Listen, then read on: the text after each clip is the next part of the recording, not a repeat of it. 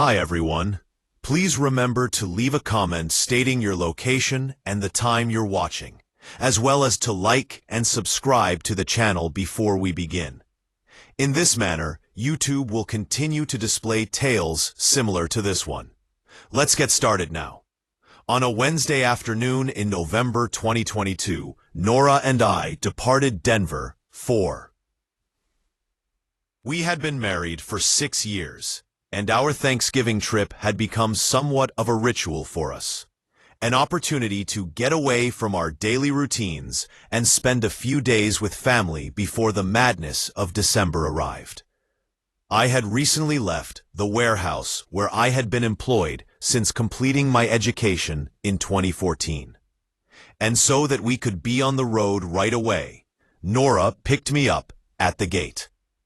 Between the two of us, she served as the planner, the person who determined arrival times to the minute and plotted rest stops. She also has a whole system in place for these drives. Fruit and sandwiches in a cooler. Black coffee thermos. Her phone was filled with a playlist of true crime podcasts. I cherished observing her in those pre-trip moments. The manner in which she deceives everything and jotted down brief notes in the margins of her printed instructions.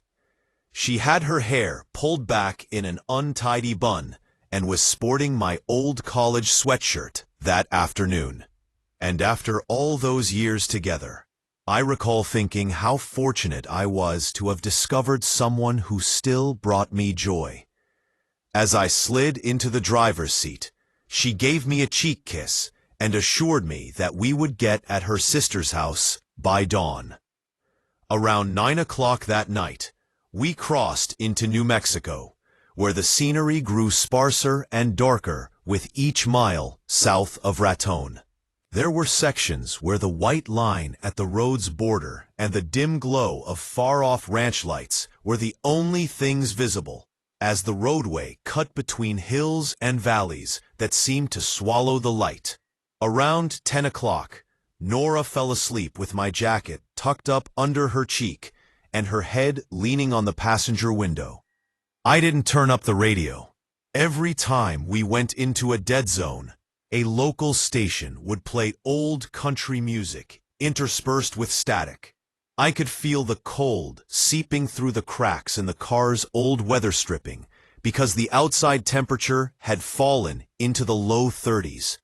My father's Subaru Outback, which we were driving, had about 200,000 miles on it before he died away, yet it still drove like a dream. At approximately 11:30, on a desolate section of I-25 between Raton and Deathco, in my rearview mirror, I saw 2 headlights approaching quickly in Las Vegas, New Mexico. The driver of a dark pickup truck approached us and began to honk his horn, furiously pointing to the back of our vehicle.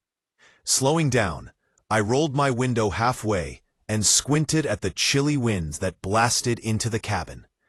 The man in the vehicle kept pointing at our back tire and made a slicing sound while shouting something I couldn't quite make out. He made a hand motion. Beside me, Nora woke up and blinked, trying to make sense of what was going on. I informed her that we appeared to have a flat or something dragging underneath, and that someone was waving us down. Rubbing her eyes, she leaned forward to see out the windscreen at the truck that had now pulled ahead of us. About 50 yards up the road, the car was slowing to a stop on the broad shoulder with his hazards on. I recall a brief moment of hesitation. My intuition told me to continue driving, but my rational side won out. Driving on a flat tire would damage the rim and place us in an even worse situation. Our headlights illuminated the rear of a mud-splattered Dodge Ram with New Mexico license plates as I pulled off behind the truck. I could now see that the man was tall, perhaps 6'3" or 4", wearing a denim jacket and a baseball cap pulled low over his face as he emerged and approached us. While I investigated, I instructed Nora to remain in the car and keep the doors locked. With my phone torch ready, I went outside into the chilly night air when she nodded, still partly sleeping. Halfway between our cars, I saw a man who appeared to be in his 40s. He had a thick neck and hands that appeared to have been used for decades, working hard. He informed me he had been following us for a few miles and had seen sparks shooting from our back left tire. He had a pleasant enough smile, the kind that wrinkled the corners of his eyes. After thanking him, I went to investigate and knelt down to get a closer look. I thought the tire was fine, completely inflated, without any obvious damage, a loose hubcap, or anything that could spark. I got up and turned to tell him it appeared to be all right. At that moment, I noticed that he had gotten much closer. He was now standing about 3 feet away, his smile gone and replaced by a look I still can't quite put my finger on. It was devoid of any features, like a mask that someone had neglected to put on. Trying not to lose my composure, I asked him if he could identify which tire it was, but all he could do was tilt his head slightly to one side.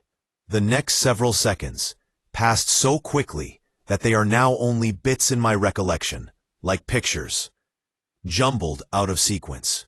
I recall trying to get away from this man whose entire demeanor had changed to something predatory. So I turned back towards our car. Through the windscreen, I saw Nora's face, her eyes wide with fear as she observed what was happening. Then I felt a big hand grab my shoulder from behind. I would still have bruises a week later from my fingers pushing so deeply into the muscle.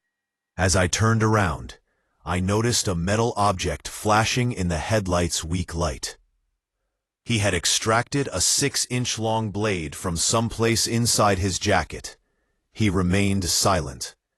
He simply swung at me, aiming for my throat with a horizontal arc. I staggered backward and tripped over my own feet, which is the only reason he missed. I heard Nora cry from inside the car as I struck the gravel hard, losing my breath. The man calmly made his way towards the driver's side door, where Nora was fumbling with her phone, stepping over me, as if I were just an inconvenience. His boots crunched on the cold ground. I rushed to my feet and yelled at her to flee, to get out the other side and run into the darkness so he couldn't follow. But as she attempted to unlock her, she was in a panic, and her fingers were not cooperating. Phone and make an assistance request. When the man got to the car, he slammed his fist against the window with such force that I believed the glass would break. When Nora finally launched herself across the center console in the direction of the passenger door, after screaming once again, she was caught in the seatbelt that she had neglected to unbuckle. I chased after him from behind, not thinking, just responding out of sheer fear and adrenaline. The knife slipped out of his hand and rolled somewhere under our car as I tackled him around the waist, and we both fell into the street. He was far more powerful than I was. Moreover, in a matter of seconds, he had reversed our positions and placed his knee on my chest, pinning me to the ground. He put both hands around my throat, his face inches from mine, and I could smell cigarette smoke and something foul on his breath. The sounds were muffled and far away. The world began to turn gray at the edges, and the last thing I saw as my vision tunneled was Nora finally emerging from the ground, sprinting towards the deserted roadway through the passenger door. I heard his footsteps pounding away in the direction she had gone as his weight abruptly left me. With my throat burning and my vision slowly regaining focus, I lay there gasping for air. It was like swallowing shattered glass with each breath, and all I could get out when I tried to call out for Nora was a raspy whisper. Using the side of our car for support, I stumbled upright after forcing myself onto my hands and knees. With the exception of the wind howling across the open plain, the highway stretched out in both directions, silent and deserted. I was unable to see Nora. I was unable to see the man. Beyond our headlights, there was complete darkness. A black wall that might have concealed anything. I staggered ahead, running in the same way as she had. As the excitement began to wear off and the pain began to set in, my legs were hardly cooperating. My voice grew louder as I repeatedly yelled her name, but the wind was the only one who responded. I discovered her shoe. A white trainer she had been wearing since we left Denver, laying on its side in the middle of the road about 200 yards from the car. I picked it up and continued to walk, call, and pray to a God I hadn't spoken to in a long time. I located her around 50 yards away, just off the shoulder, where frozen earth and a scrub brush replaced the gravel. With her eyes open and gazing at the stars, she lay still on her back. I instantly recognized the dark, damp look on the front of her sweatshirt, my old college sweatshirt, but I refused to accept it. I fell to my knees. I reached over to her and took her hand. It was still warm and felt like her, but there was no pulse under my fingers. I kept calling her name, telling her to wake up, and assuring her that help would arrive and that everything would be all right. She didn't blink, though. She didn't breathe. She had a big wound across her throat, nearly surgical in its accuracy, and as there was no more blood to flow, it had already stopped. I'm not sure how long I knelt in the bitterly cold darkness, clutching her hand. 5 minutes or an hour could have passed. Time had become completely meaningless. I eventually noticed headlights coming from the north. A semi-truck passed our abandoned car, slowed, and then pulled onto the shoulder when the driver noticed that I was squatting in the brush. I started trembling so badly that I could hardly speak, so Hank, a heavy-set man in his 60s, wrapped his own jacket across my shoulders and dialed 911. The first to come were the police. 2 state policemen in different cars, their lights alternately flashing blue and red across the desert. Subsequently, the ambulance arrived, followed by further law enforcement, and a detective in an unmarked automobile identified himself as Sergeant Philip Reeves. I told them everything I could recall. As I described the truck, the driver, and the fictitious tire warning, my voice sounded mechanical and empty. They took pictures of the shoe I was still holding in my hands, like a talisman, the bruises on my throat, and the scrapes on my palms from striking the gravel. A paramedic examined my vitals and shone a light in my eyes after someone covered me with a thermal blanket and led me to the back of an ambulance. From there, I watched as they surrounded Nora's body with a perimeter and took pictures of the entire site. Eventually, a white sheet that appeared to gleam against the black ground was placed over her. I kept hoping to wake up, waiting for the nightmare to come to an end, and returning to our flat with Nora by my side, lamenting the fact that I had taken all the blankets once more. However, the sight of her lifeless eyes burnt too deeply into my mind. The cold was too vivid, and the anguish in my throat was too intense. Though the days and weeks that followed are largely a fog of police stations, funeral arrangements, and phone calls I do not recall making, the inquiry proceeded more quickly than I had anticipated. 2 days later, the pickup vehicle was discovered abandoned at a rest area close to Santa Fe.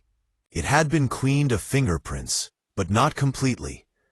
DNA was extracted by forensic experts from a cigarette butt in the ashtray, and a partial fingerprint that the murderer had overlooked from the rearview mirror. They linked both to a 44-year-old guy named Boyd Driscoll, who had been charged with assault in 3 separate states and a Texas warrant for a comparable assault on a couple in the Amarillo area 2 years prior. Before Driscoll could complete what he had begun, another driver had just so happened to pull over, saving that couple's lives. When they linked him to at least 2 further highway assaults in the Southwest, the FBI became involved in the case. An arrangement of violence directed at drivers on remote sections of roads late at night.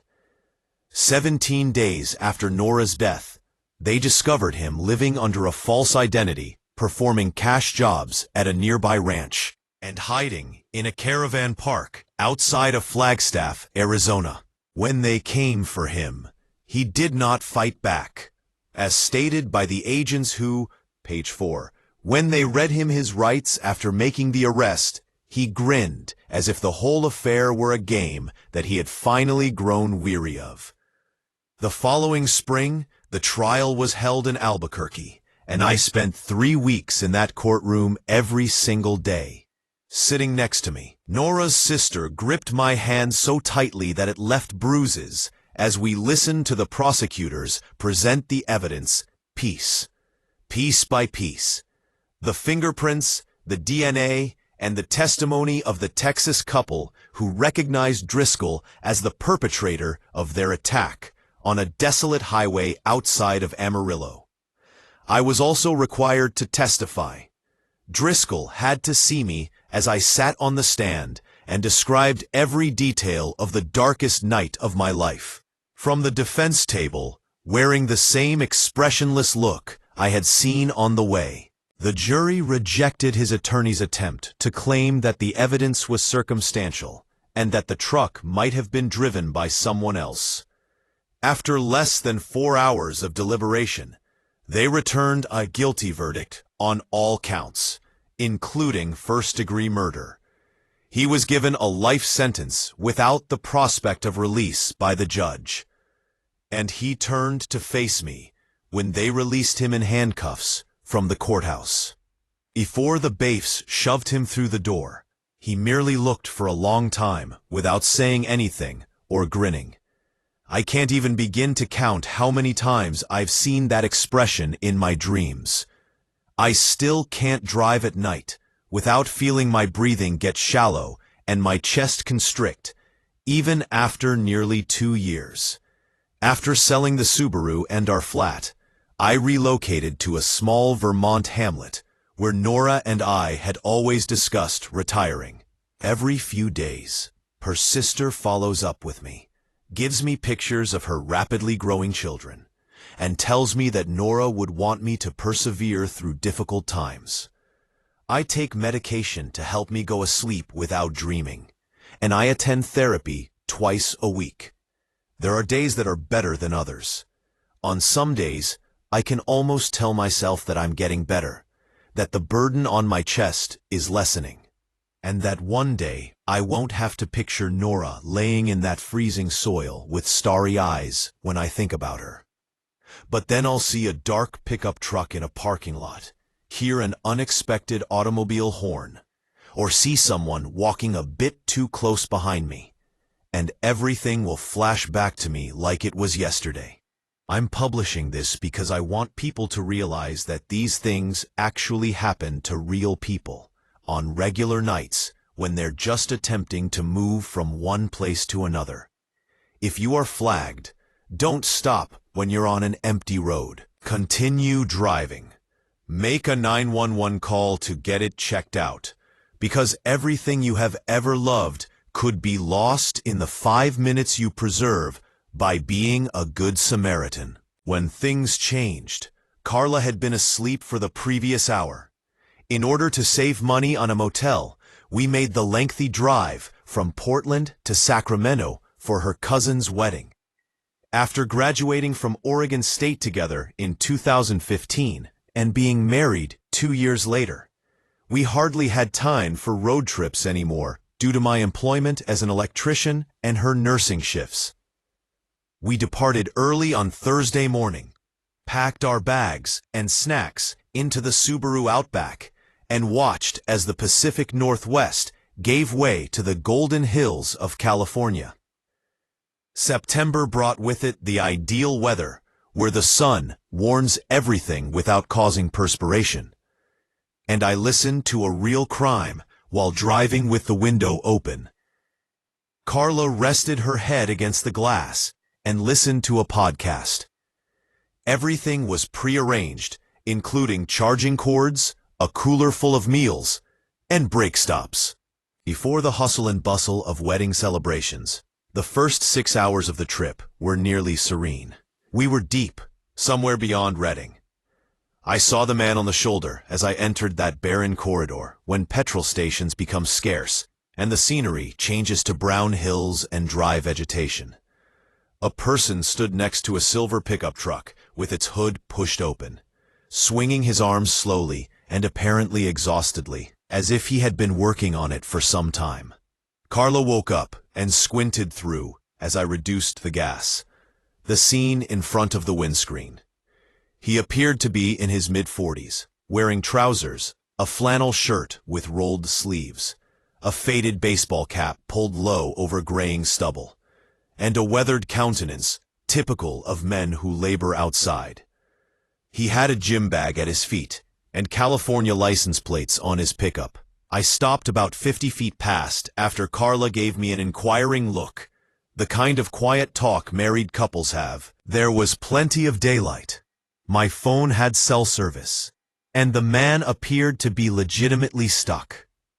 He came over with a relieved expression when I rolled down my window and said that his fuel pump had broken, leaving him stranded for almost 2 hours with no one stopping to assist. Greg was his name, or that's what he informed us. He claimed that the vehicle unexpectedly died on him when he was traveling to Stockton to see his daughter. He had been driving since the morning. He spoke in a calm, courteous manner, with a faint southern accent that made him seem approachable. He requested a trip to the next town, 20 or 30 meters down the road, with a mechanic. I could see Carla working the maths in her head as she looked at me. 2 of us versus 1 of him in daylight on a public road. Greg was instructed to get his backpack and climb into the rear seat. He sat down beside Carlo with his workout bag on his lap and thanked us over and over again. I saw him fixing his cap and staring out the window in the rear-view mirror as I turned back onto the freeway. I told myself at the time that there was nothing weird or frightening, just a guy who was unlucky enough to have car issues. The first 15 minutes went by without any problems.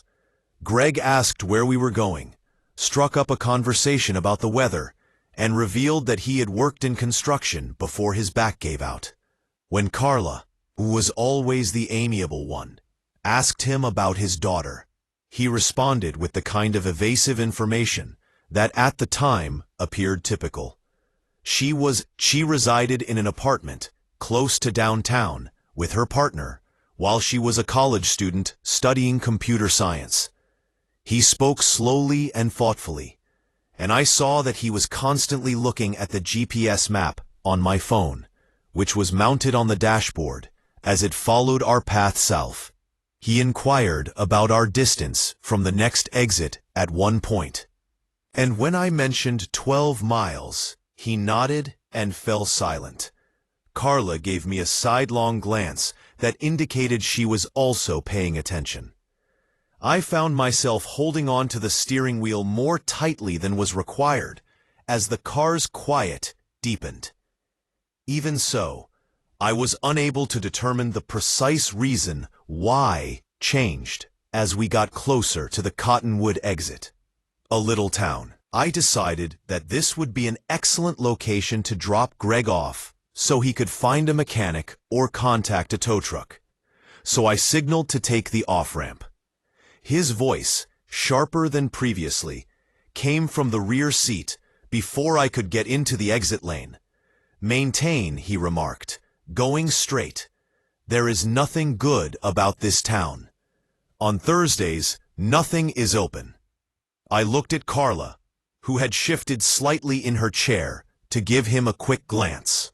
I informed Greg that this was the exit he had requested. He shook his head and demanded that we go to the next town with services. There was a friend of his who worked in a garage there and would offer him a discount. His tone had shifted from a friendly draw to one that was more demanding and flatter. I blended back into the area after missing the exit flow of traffic and observed Greg reclining in his chair with his hands on the gym bag while looking in the mirror. I fully grasped Carla's quiet message when she leaned across and squeezed my knee. It felt like hours over the following 20 minutes. Greg began giving me directions on his own initiative, stating which lane to remain in, indicating approaching signs as though I couldn't read them. He quickly ignored my comment that the GPS indicated a rest stop ahead with food and gas stations, claiming that locations were expensive tourist traps and we should continue on. There was no space for debate because of the edge in his voice now, which was forceful but not quite menacing. Carla offered him a drink of water from our cooler in an attempt to diffuse the situation, but he turned her down, keeping his gaze on the road ahead. His right hand was casually resting inside the gym bag when I noticed it, and my mind began to race through scenarios I did not want to think about. We were far from any towns and in the middle of nothing. There was a stranger in our rear seat who no longer appeared to want to be dropped off anyplace. I made the decision to put him to the test. Regardless of his views on tourist traps, I declared that we needed petrol, that the tank was running low, and that I would have to stop at the next station. Between the seats, Greg leaned forward, close. I glanced at the dashboard's fuel gauge and detected enough cigarette smoke on his clothing. "You got enough to make it another 40 miles, he stated in a steady, low voice. "There's a nicer sight up ahead, I promise. Cheaper gas and cleaner restrooms. You'll be grateful to me." It wasn't a suggestion the way he phrased it. Carla's hand was still on my knee, but it was now more tightly gripped as she sat rigidly. I continued to drive, my thinking through choices that all appeared to have unfavorable outcomes. What would he do if I pulled over and told him to get out? What did that bag contain? The highway was limitless and deserted as it stretched ahead. No, there were no other automobiles in sight. Just dead grass and brown hills beneath an all-of-a-suddenly large and uncaring sky. I considered picking up my phone and dialing 911, but Greg was observing everything, and I couldn't take the chance of cornering him. Unprompted, he began discussing his life in a way that seemed like a warning wrapped in discourse. He talked about how he had done time informally, as if he were talking about the weather. Claimed to have made blunders in his younger years, got confused with the incorrect individuals, spent several years at a northern facility. He looked at the back of Carla's head and remarked, "People judge you for your past. They believe they know who you are after seeing a record, but occasionally, a man simply needs a vacation. You know, sometimes all he needs is assistance from others to get where he's going." Asking too many enquiries. Carla nodded slowly, without looking back, and I could see that her chest was rising and falling more quickly than usual. Playing along and buying time, I said something pleasant. With a quick flash of teeth in the rearview mirror, Greg grinned at that and patted the workout bag on his lap as if it were a pet. He went on, "You two seem like good people, intelligent individuals who recognize that some circumstances are better handled discreetly." Even though the air conditioner was blowing chilly, I could feel perspiration starting to form on my palms, and I came to the terrible realization that we were entirely at his mercy. After another 15 minutes of driving, I noticed something ahead that completely altered our course. In the distance, blue and red lights flickered. Officers were positioned outside a group of patrol cars stopped along the shoulder, establishing up what appeared to be a checkpoint. Carla sat up taller, and my heart leaped. For the first time in an hour, hope flashed across her face. Greg, however, also noticed it. He swore beneath his breath and leaned forward once more, his hand now completely inside the gym bag, holding on to something I was unable to see. "Take the next exit," he said, all pretense of friendliness gone from his voice. "Do it now, before we get any closer." I noticed an exit in half a mile when I looked at the GPS. A rustic path that went into miles of deserted farmland, devoid of any cities. As I considered my options, my hands shook on the steering wheel. We would be alone with him, on a barren road with no witnesses if I chose the exit. I had no idea what he would do, or what he would take out of that bag in desperation if I continued to drive in the direction of the checkpoint. Carla decided on my behalf. She gestured to the dashboard and spoke loudly enough for Greg to hear that the engine temperature was rising and that we should stop right away to avoid blowing the radiator. It was untrue. She sold it with a convincing concern in her voice, even though the gauge was fine. I knew right away what she was doing. About a quarter of a mile before the checkpoint, I turned on the hazard lights and began to slow down, approaching the shoulder. We were both close enough for the cops to notice us, and far enough away for Greg to think he had a chance to flee. "What are you doing?" He raised his voice and demanded. I informed him that the car was overheating, that I had no alternative, and that if I didn't stop, we would be stranded on the highway. He considered his alternatives as he glanced at the broad fields next to us, and then at the police lights up ahead, for I believed he was going to do something violent for a long, horrible moment. Before a storm started, I could sense the electricity in the air. The moment the car stopped, Carla was pressed up against her door and prepared to leap out, and I had already made up my mind that if he moved in his direction, I would throw myself at him. Her. No one moved for 3 seconds after the automobile came to a stop on the gravel shoulder. Greg looked at the police lights, then back at us, and finally at the broad field that stretched to a row of trees that might be 200 yards distant. In an effort to appear as non-threatening as possible and prevent him from escalating, I kept my hands visible on the steering wheel. He muttered, almost to himself, "Remain in the car." Then, he opened the back door after grabbing his exercise bag.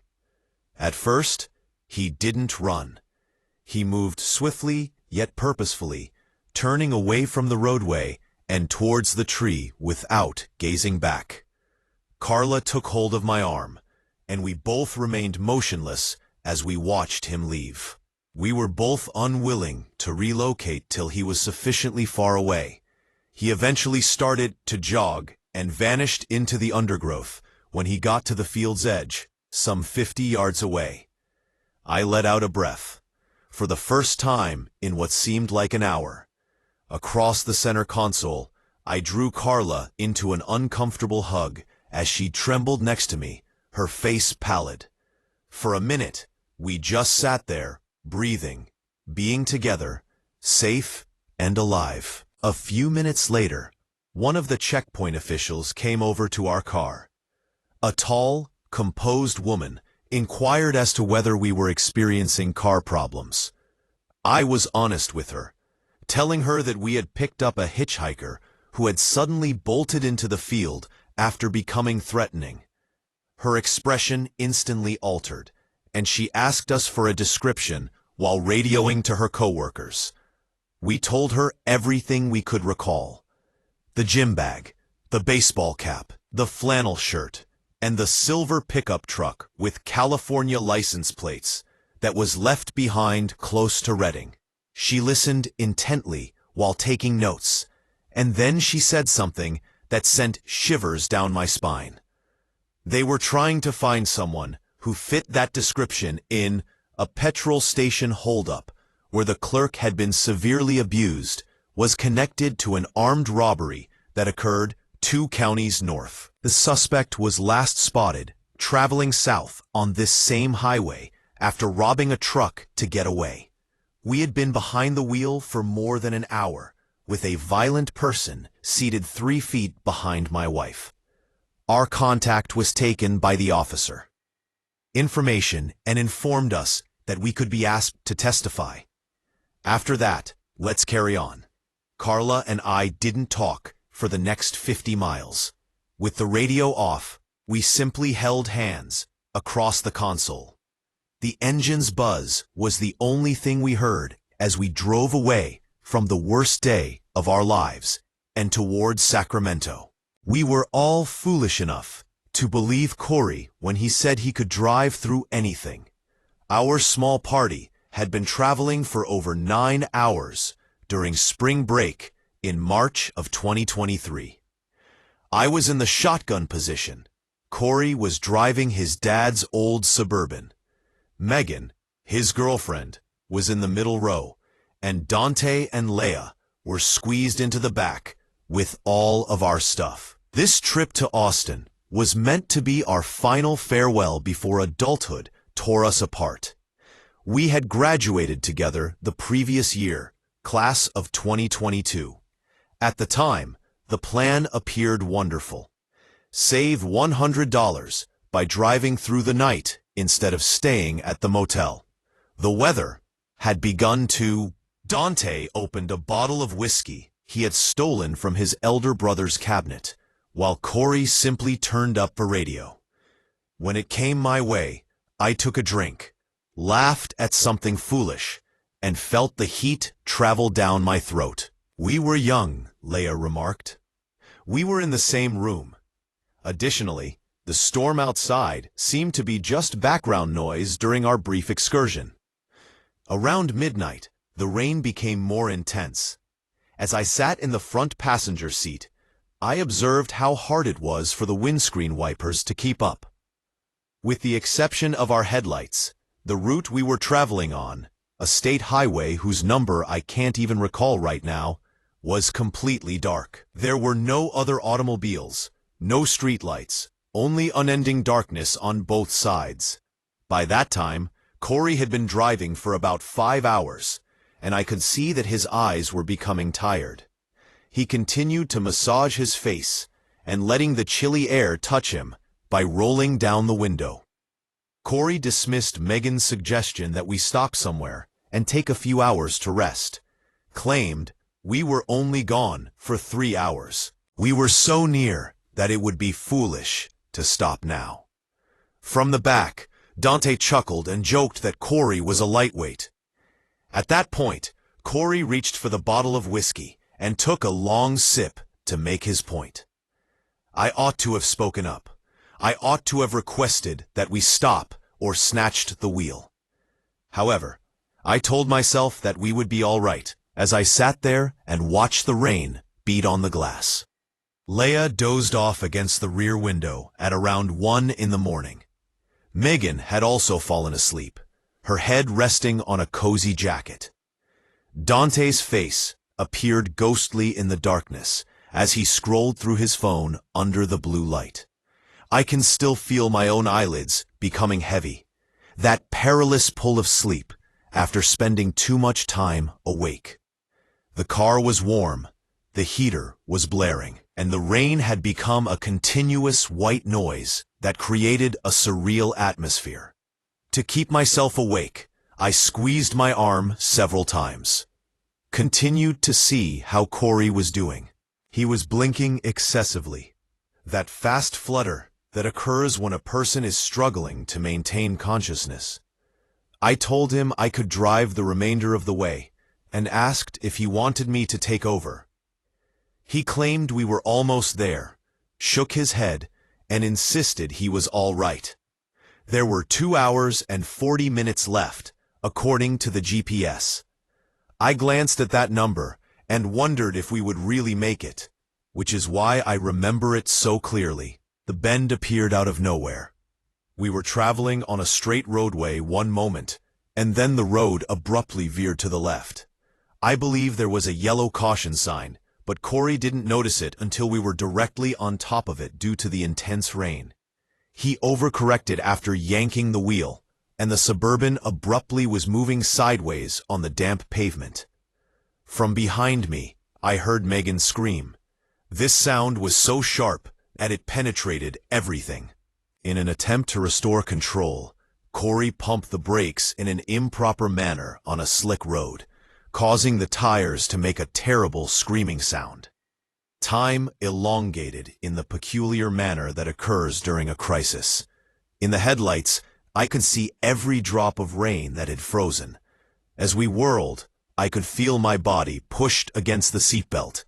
Then we struck the guardrail on the right side of the road, and the force of the crash propelled me forward to the point where I believed my chest would give way.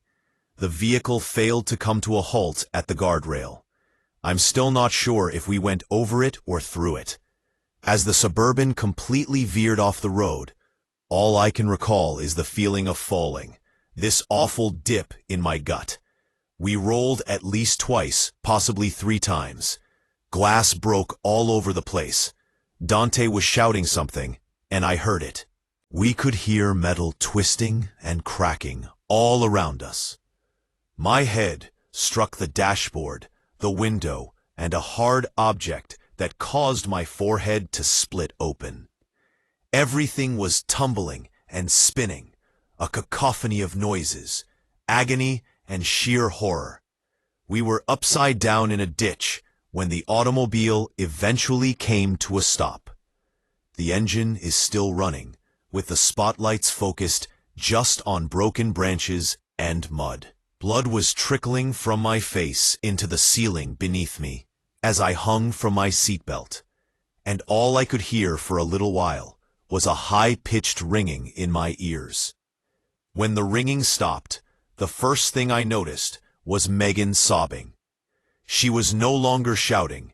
Instead, her sobbing were ragged and breathless, as if she was having trouble breathing. Corey did not respond when I called out to him.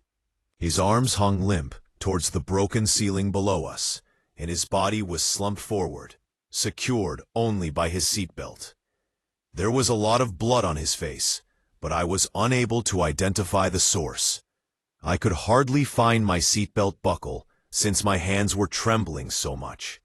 I repeatedly pressed the button, but it was either bent or jammed.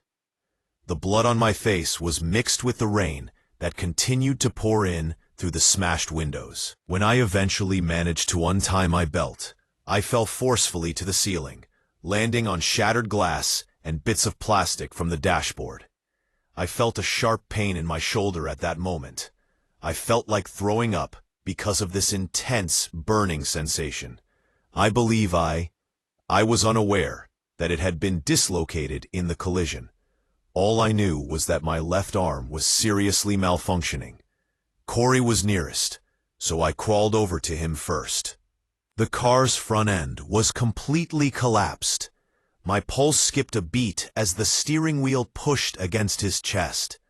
I took hold of his face, gave him several cheek slaps, and repeatedly called his name as if that would somehow rouse him. He had a large cut from his hairline to his eyebrow, and his eyes were closed. A constant pulse of blood pumping out. I was more afraid of that than anything else. But he was breathing. I could see the weak, tiny movements of his chest rising and falling. I heard Laia yelling for assistance, her voice shrill and terrified, and Dante moaning behind me. Even worse, Megan had stopped crying and had become silent. I had no idea what to do or who to assist first. None of us knew if aid would arrive, or if we would simply bleed out there in the dark while we were upside down in a ditch in the middle of nowhere. Dante was able to kick out the rear window. He was crawling out into the dirt, pulling himself on his elbows because something was amiss with his legs, when I heard the glass fall away. Throughout, I could hardly hear his constant torrent of profanity over the rain. I went back to see how Megan was doing, and I noticed her arm at that point. The bone was pressing against the skin as if it were going to burst through, and it was bent at an angle that arms do not bend. She was awake, but her eyes were distant and unfocused, as if her brain had shut down to shield her from the agony. In some way, Leia was the least hurt. From what I could see, there were only scratches and bruises. She screamed for assistance into the darkness as soon as she climbed out after Dante. The storm drowned out her voice. I stayed with Corey and Megan and talked to them about anything I could think of in an attempt to keep them both awake. I told Corey about the day we went fishing during our first year of classes.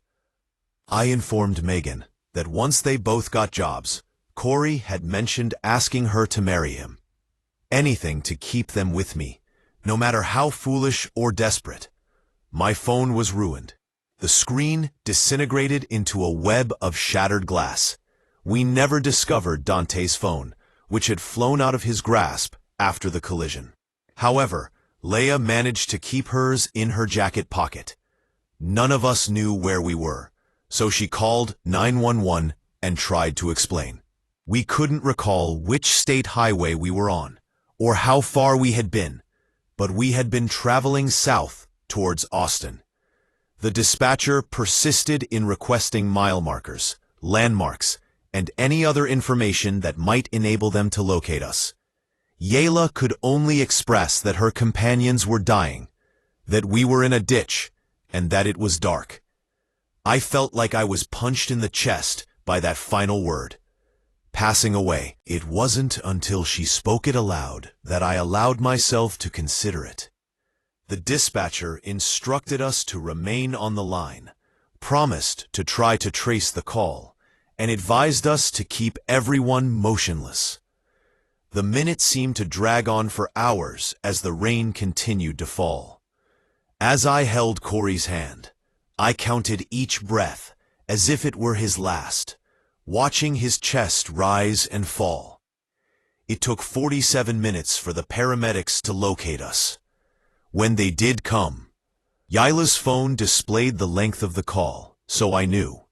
I sat in the rain and the dark for 47 minutes, watching my best friend drift in and out of consciousness. Megan began to shiver at one point, uncontrollably. Even though it wasn't that chilly outside, her entire body was trembling. I know now. Shock. Her body was shutting down. Dante was leaning against a tree after dragging himself there, his face pallid and, I was afraid, as his lips turned a bluish hue. I broke down in tears when I eventually noticed the flashing lights on the road. I let out nasty, heaving sobs from deep within my chest, rather than quiet ones. Due to the ditch's steepness, the paramedics had to retreat into it. Stretcher. It took 4 of them to take Corey back up to the road, after they tied him to a board and fitted him with a neck brace. I wouldn't go until everyone else had left. With my head bleeding and my shoulder dislocated, I stood in the muck and watched as they pulled each of my buddies out of the hole. The hospital is a jumble of fluorescent lights, the smell of antiseptic, and people asking me questions that I am unable to respond to. Without warning, they snapped my shoulder back into position. I yelled so loudly that a nurse ran down the hall. I had 2 shattered ribs that I was unaware I had, a concussion, and 13 stitches in my forehead. However, I was fortunate. Dante required surgery that same evening after breaking both of his kneecaps. Megan suffered 3 fractures to her arm, locations, and she needed emergency surgery because to internal bleeding. For weeks, Leia was unable to turn her head due to severe whiplash and a cracked collarbone. Additionally, Corey, who had vowed to drive through anything, spent 4 days in a medically induced coma. They said he had a traumatic brain injury and swelling in his skull. To release the pressure, they had to drill a hole. His mother grabbed me by the shoulders in the waiting room when his parents arrived by plane from Michigan. She asked me what had happened, why we hadn't stopped, and other things that I have been asking myself every day ever since. On the 5th day, Corey awoke. He couldn't recall the guardrail, the rain, the curve, or the crash. He last remembered Dante giving him the bottle of whiskey as they passed the Texas border. According to the doctor, it was typical for the brain to erase damage in order to protect itself. I hoped my brain would follow suit. Rather, I recall everything. The sound of Megan's cries, the sensation of the automobile as it lifted off the ground, and the combination of rain, petrol, and blood. Corey was hospitalized for 3 weeks, and then again for 2, relearning how to walk in a straight path over months of physical treatment. Dante still has a limp, and most likely always will. Megan's arm never regained its full range of mobility. About 6 months after the accident, she and Corey ended their relationship. She saw that night every time she looked at him, not because of a quarrel. She told Leah that. In any case, some things simply break in ways that are irreparable. I've been unable to drive at night for about 2 years. My chest tightens and my vision begins to tunnel as soon as the sun sets when I'm driving, and I have to stop before I get a full-blown panic attack. I see a therapist every other week, take medicine for it, and follow all the guidelines. However, on certain nights, I still wake up at precisely 1:47 a.m., the moment of the collision, as stated in the police report. And I'm hanging upside down in that ditch once more. I have blood in my eyes. When I call Corey's name, he doesn't respond. We don't actually talk as a group of 5, no longer. Being together means remembering, not because someone is upset. It means reliving the worst night of our life while staring at Megan's stiff arm, Dante's limp, or the scar on my forehead. By skipping the motel, we were able to save $100. It cost us everything else, but we saved $100. I'm sharing this tale now because I need someone to realize that you could experience it. After making a poor choice and briefly believing you are unbeatable, all of a sudden you find yourself in the dark, upside down, and wondering if you will survive. Stop and get the motel. It's not worthwhile. Nothing is worthwhile. After 41 years of marriage, Patty and I finally made the decision to go on the cross-country journey we had been putting off since our youngest had graduated from college in 2008. She had just completed her final semester as a 4th-grade teacher at Ridgemont Elementary, and I had retired from the Postal Service 2 years earlier. Ellie, our granddaughter, was celebrating her 5th birthday in Arizona. Craig, our son, continued to insist that we drive rather than fly. He wanted us to travel on the open road and take in the scenery. For decades, it was exclusively discussed over dinner. We therefore purchased a 2014 Winnebago Adventurer, a used camper with strong bones despite its fading facade. We spent 3 weeks preparing it for the road, inspecting every belt, hose, and seal. I installed a better radio system so we could listen to Patty's audiobooks during the long periods, and she chose new drapes that were pale blue with little white flowers. We created a route map, carefully, scheduling visits to national parks and small eateries with positive internet reviews. On a Saturday morning in late September, when the air is heavy with the scent of fallen leaves and wood smoke, we departed Cedar Falls, Iowa. I loaded 2 thermoses with black coffee, and Patty prepared foil-wrapped egg sandwiches for breakfast. As we pulled out of the driveway, the camper groaned a little with the weight of everything we had packed, and our neighbors, Harold and Deb Winslow, waved from their porch.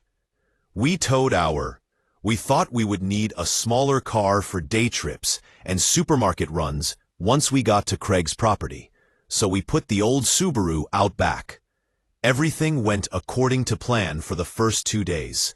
The first night, we made a halt at a campground close to Omaha, cooked burgers on our small portable burner, and watched as the sunset turned the sky pink and orange, while I stayed up listening to the crickets and experiencing true happiness for the first time in months. Patty slept off while reading her mystery novel. I recall thinking that this was precisely how retirement was meant to feel. I had no concept that everything would fall apart into something I still don't fully understand in less than 72 hours. By the 3rd day, we had entered Colorado and were traveling through some of the most remote highway sections I had ever encountered. Flat farmland gave way to rough hills with red rock formations and scrub bush. Around midday, cell coverage started to fluctuate, and by 2 in the afternoon, there was absolutely no signal. Patty ultimately gave up and just started capturing images to transmit later. But she continued to check her phone because she wanted to send pictures to Craig. We pulled up for petrol at a little station outside of Lidwood Springs, a village with maybe 300 residents based on the worn sign. With only 2 pumps and a little convenience store connected, the station was one of those vintage establishments. I had not seen full-service petrol in years, so I was shocked when a man came out to assist us. He was tall and wiry, perhaps in his 50s, with a faded denim jacket in spite of the heat, and deep lines etched into his face from sun exposure. His name tag said Roy, and he gave us a somewhat amiable smile. But his gaze lingered a bit too long on our camper and the Subaru behind it. I told Roy we were going to Arizona to visit family when he inquired where we were going. He gave a slow nod. Using a rag that appeared to have never been cleaned to wipe his hands, he said there had been some problems recently with the Highway 84 route we were traveling across the Canyon Pass. He simply shrugged when I asked what kind of trouble it was, saying that people had been reporting auto issues and breakdowns in places where it took hours for tow trucks to get there. Instead, he recommended that we take the lengthier, possibly 2-hour route through Millbrook, which would keep us on busy routes. Patty and I looked at each other. The picturesque vistas of the canyon were the main reason we chose this route, and the 2 extra hours ensured that we would reach Craig's property long after dark. I informed Roy, we will follow our original strategy, but I thanked him for the advice. He simply gave me my receipt and warned me to be careful outside without arguing. He was still standing by the pumps when I noticed him in my side mirror as we drew away, observing us till we vanished around the corner. He seemed pleasant, yet a touch strange, according to Patty. I agreed, but I ignored the unpleasant feeling I had about the interaction because I didn't want to spoil the trip's atmosphere. Like a gray ribbon wrapped over old bones, Highway 84 meandered over the canyon. On either side of us, the granite walls rose in shades of orange, brown, and deep purple where the shadows drew.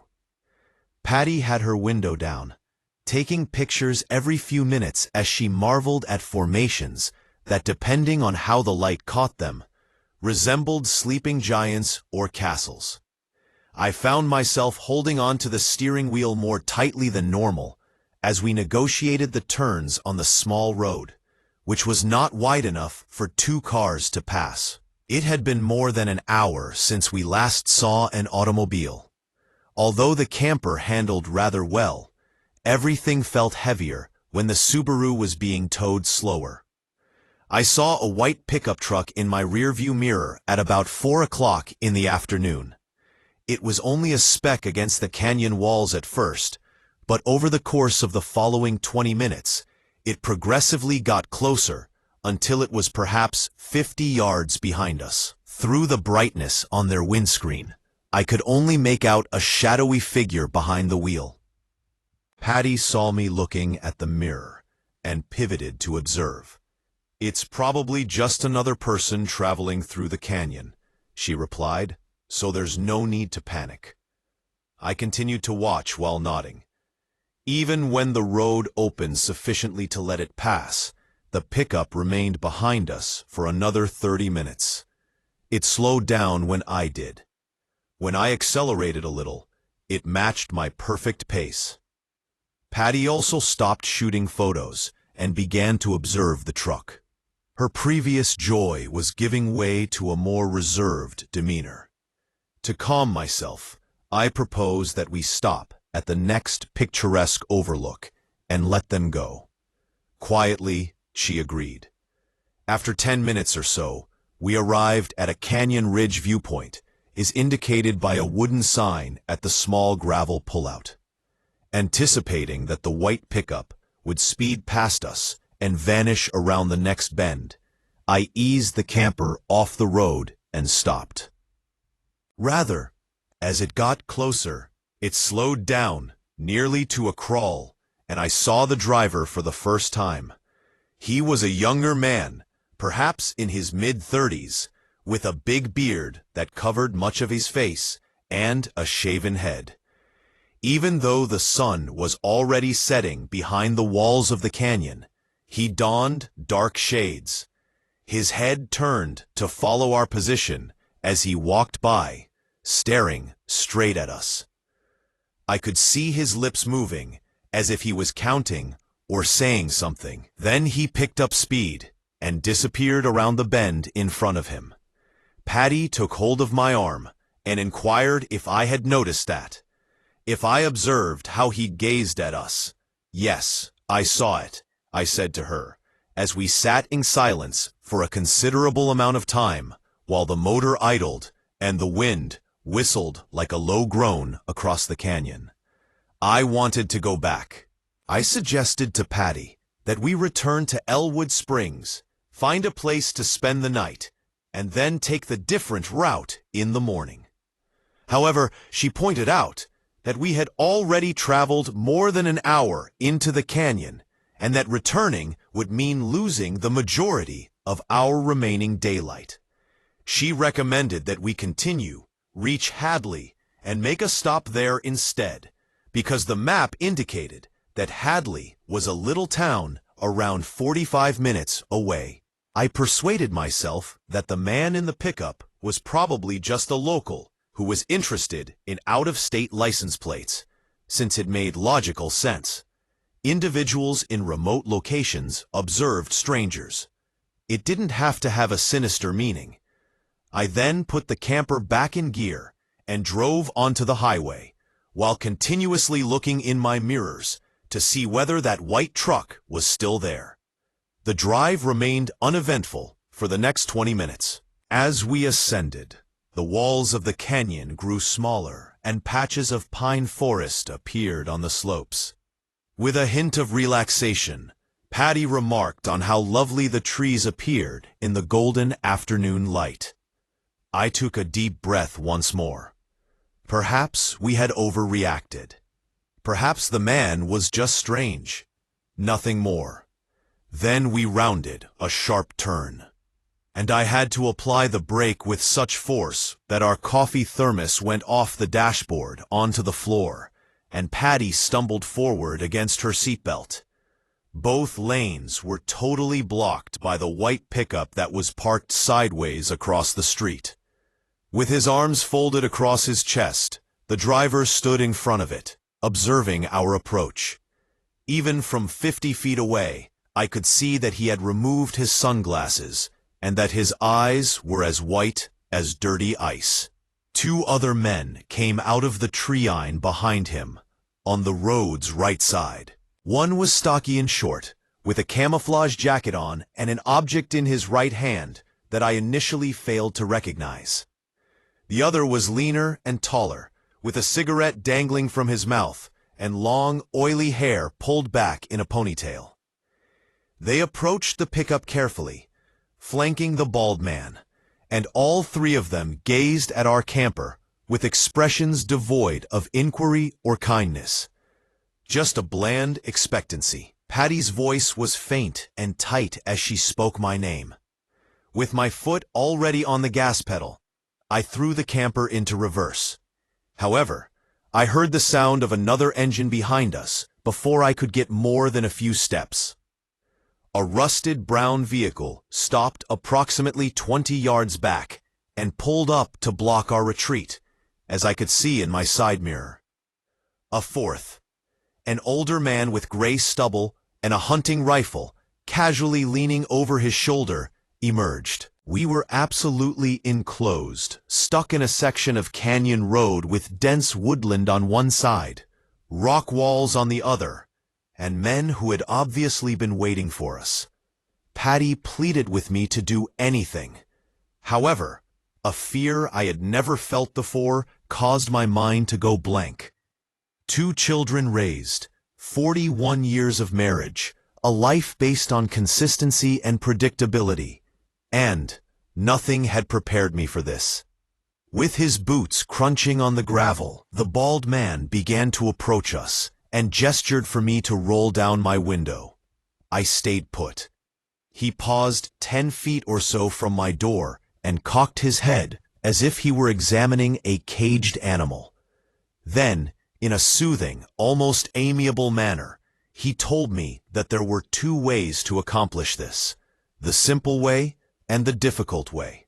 Means cooperating and getting out of the car with our hands visible. He assured us that if we behaved well, they wouldn't harm us. All they wanted was the camper and any money we had, after which they would let us go to Hadley.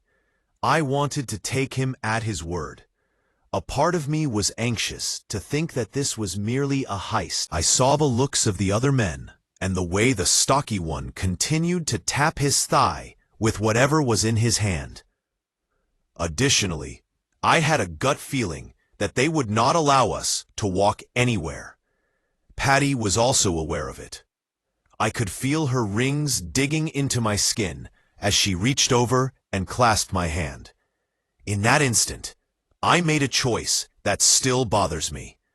I floored the throttle pedal after telling Patty to hold on. Go into reverse and target the brown vehicle directly behind us. The Subaru we were dragging crashed into the front end of the sedan, and I heard the terrible crunch of metal as the older man jumped out of the way, dropping his weapon. The vehicle turned sideways just enough to create a gap on the left side of the road. But the contact jolted us violently, and I heard glass break someplace behind me. With the tires screaming against the pavement as I attempted to fit through, I put the camper in drive and turned the wheel. The bald man surged at my window, causing a spiderweb crack to appear across my field of vision as his fist struck the glass. The stocky one ran along us, and at last I noticed what he was carrying: a crowbar, which he swung at the side panel of the camper with a thunderclap. Even though the camper trembled and rocked from the damage, I kept my foot firmly planted on the ground as we accelerated. I noticed the males in my mirror. I realized we had only gained ourselves a few minutes at most as they scurried back to their cars. I had no answers for Patty as she sobbed and asked if I was okay and what we were going to do. I was limited to driving. The camper was having trouble. The steering pulled sharply to the right, and the engine created a grinding noise that had not been there before, so I could sense whatever damage the impact had caused. Earlier, with one of its front tires blown out and scratching the tarmac in a shower of sparks. The Subaru behind us was dragging heavily. I was aware that this could not continue for very long. Praying for a signal, Patty looked at her phone once more, but there was none. The road wound through a thick pine forest as it ascended higher, the walls of the canyon well behind us. Every few seconds, I looked in my mirrors, hoping to spot headlights, but the road behind us remained dark. Perhaps we had sufficiently damaged their cars to cause them to slow down. Perhaps they had given up. I allowed myself to hope, even though I didn't think either scenario was possible. After about 15 minutes, the camper began to shudder violently, and the cab was filled with an awful burning smell. Patty gestured to the temperature indicator, which had reached the red. The impact must have caused damage to the radiator. Before the engine entirely seized, I was forced to stop. I discovered a dirt road, partially obscured by overgrown foliage, that split off from the roadway. I then turned onto it and drove for approximately a quarter of a mile until we were no longer visible from the main road. After that, I turned off the engine, and we sat in the abrupt quiet while we heard the distant sound of the wind blowing through the trees and the ticking of heated metal. I informed Patty that we would have to leave the camper in the dark on foot. We might be able to hide until daylight, at which point we could either flag down a passing car or figure out how to go to Hadley. She refrained from arguing. We swiftly grabbed all we could: water bottles, a torch, her phone, despite its uselessness, and my wallet containing our cards and money. I considered the Subaru, but after glancing at its damaged front end, I realized it was not going anywhere. When we emerged from the campground, the surrounding woodland seemed vast and vibrant. Every leaf rustle makes my heart race. In an attempt to sneak stealthily through the undergrowth, we began to stroll farther into the woods and away from the dirt road. I could feel Patty's heart pounding against my palm as she gripped my hand so tightly. We stumbled over roots and rocks in the waning light for about 20 minutes until coming onto a small valley with a rocky overhang that provided some cover. Barely breathing, we slipped underneath and flattened ourselves against the chilly stone while we waited. The forest was quickly engulfed in shades of gray and black as darkness descended. Then I heard the sound of engines coming from somewhere back towards the highway. More than one. They had located us, or at least the location of our turnoff. I put my arms around Patty and felt her entire body shiver as she buried her face against my shoulder to block off any sound. In the distance, headlights swept back and forth through the trees like searchlights, and I heard men's voices screaming out to one another, though I was unable to understand what they were saying. We spent hours beneath the overhang. Time stopped making sense in the dark, so I'm not sure how long that was. The headlights eventually went out and the voices subsided, but neither of us dared to move. I remained awake, keeping an eye out for any activity in the shadows, while Patty went into a sort of fitful half-sleep across my chest, crying gently every few minutes. I had cramps in my legs. The pressure of the stone made my back hurt. Mosquitoes discovered us and bit every square inch of exposed skin. But even that tiny action seemed too dangerous, so I refrained from swatting at them. I noticed an orange glow rising above the tree line in the direction where we had left the camper at around 3 or 4 in the morning. Before long, I could smell smoke wafting through the woodland as it flashed and brightened. They were either simply stealing it, burning it, or deleting any proof of what they had attempted. Since they were unable to locate us, they vented their rage on our possessions. Tightening my grip on Patty, I watched the glow pulse against the sky until the first gray light of morning eventually started to fade. Stiff and tired, covered in dirt and bug bites, we climbed out of our hiding place as the sun rose high enough to see properly. We began strolling gently eastward in the direction I believed the highway should be, pausing every few minutes to listen for any sounds of chase. Before a truck driver noticed us and pulled over, we had to walk for an additional hour down a paved road for over 4 hours. He was Glenn Barker, and he was transporting timber to Phoenix. He told us to get in without asking any questions after giving us a quick glance. We were filthy, scratched up, and obviously scared. He took us directly to the Hadley Sheriff's Office. After then, everything turned into a jumble of quotes, interviews, and phone conversations with Craig, who traveled through the night to join us. 2 days later, the cops discovered our camper where we had left it, completely destroyed by fire. About 6 miles away, the Subaru was found abandoned on the side of a logging road, stripped of its license plates and anything important. A man was taken into custody. 3 weeks later, the bald man with the pale eyes was given the name Wesley Grubb when he attempted to use the same tactic on another passing couple. He had a 20-year criminal history that included assault, car theft, armed robbery, and at least 2 prior disappearances in the area where the victims were never located. The other men dispersed and were never found.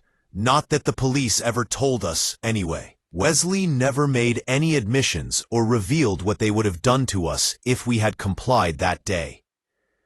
On the way through the canyon, sometimes, late at night, when the house is quiet and Patty is sleeping next to me, I think about it. I consider what may have happened if I hadn't depressed the throttle pedal while in reverse. If I had trusted him when he said we could walk to Hadley, our son would have spent the remainder of his life on a lonely highway, and we would just be 2 more names on a list of people who disappeared. His life, pondering his parents' fate. After that, we never went on another road trip. The Winnebago had vanished, and neither of us wanted to replace it. Certain memories cannot be shared, and certain journeys are not intended to be left behind, regardless of how far you travel. My friend Grant and I were about 6 hours into the 12-hour drive from Denver to Kansas City at 2 in the morning. After his shift at the warehouse ended, we decided to split the driving and arrive by noon the next day. The previous night, neither of us had gotten much sleep. The man, because of my job, and I was preoccupied with the thought of seeing my father in the hospital. He began to veer slightly in the direction of the shoulder as Grant was driving. Before he killed us both, I told him to stop. There was a small turnoff on the right side of the road after we had passed the last actual rest station, which was about 40 miles back. There's only a gravel space carved into the trees. No lights, no sign. Grant arrived and parked close to the boundary where the grass and gravel met. It was an easy strategy. After 2 or 3 hours of sleep, continue to move. We both went outside to stretch. For September, the air was chilly. The type of cold that creeps into your jacket and presses up against your flesh. I moved about the car, attempting to get rid of the tightness in my legs from sitting for so long, while Grant went to the tree line to take a pee. Our 2 pale rays were carved into the darkness ahead by the headlights, which remained on. At that moment, I became aware of the ground, perhaps 20 feet ahead of our vehicle. The gravel was ripped apart. Deep, new tire marks that appeared to have been peeled off quickly. The dirt adjacent to. They were shoved around in irregular piles and disturbed as well. It seemed strange to me, like if someone had been digging or hauling something heavy. I yelled for Grant to come take a look at this. We both just remained there, staring at the ground, while he zipped up and approached, attempting to make comprehension of it. Grant activated the torch and took out his phone. Even though the beam was weak, we were still able to view more than we would have liked. The markings on the tires were new. Really fresh, I mean. Rain or wind had not worn down the groove's jagged edges. The person who made them has probably been here in the recent hour or less. The tracks turned sharply in the direction of the tree line, before vanishing into the grass as we followed them with the light. I noticed the fragrance at that point. At first, it was subtle, somewhat sweet and chemical, like petrol combined with an unidentified substance. Grant stopped moving and just stood there staring at the ground with his phone, indicating that he too smelt it. For a few moments, neither of us spoke. Though neither of us wanted to be the one to express it aloud, we were both thinking the same thing. After removing the phone from his grasp, I took a few more steps in the direction of the source of the odor.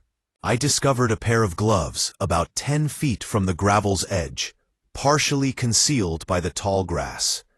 They were the disposable kind that doctors wear, made of nitrile or latex. One of them appeared to have been pulled off in a hurry, since it was inside out. I saw the jacket when I knelt down to get a closer look. Perhaps 5 feet down into the grass, everything was grouped together as if someone had tossed it over there. It was dark and had the appearance of canvas or denim.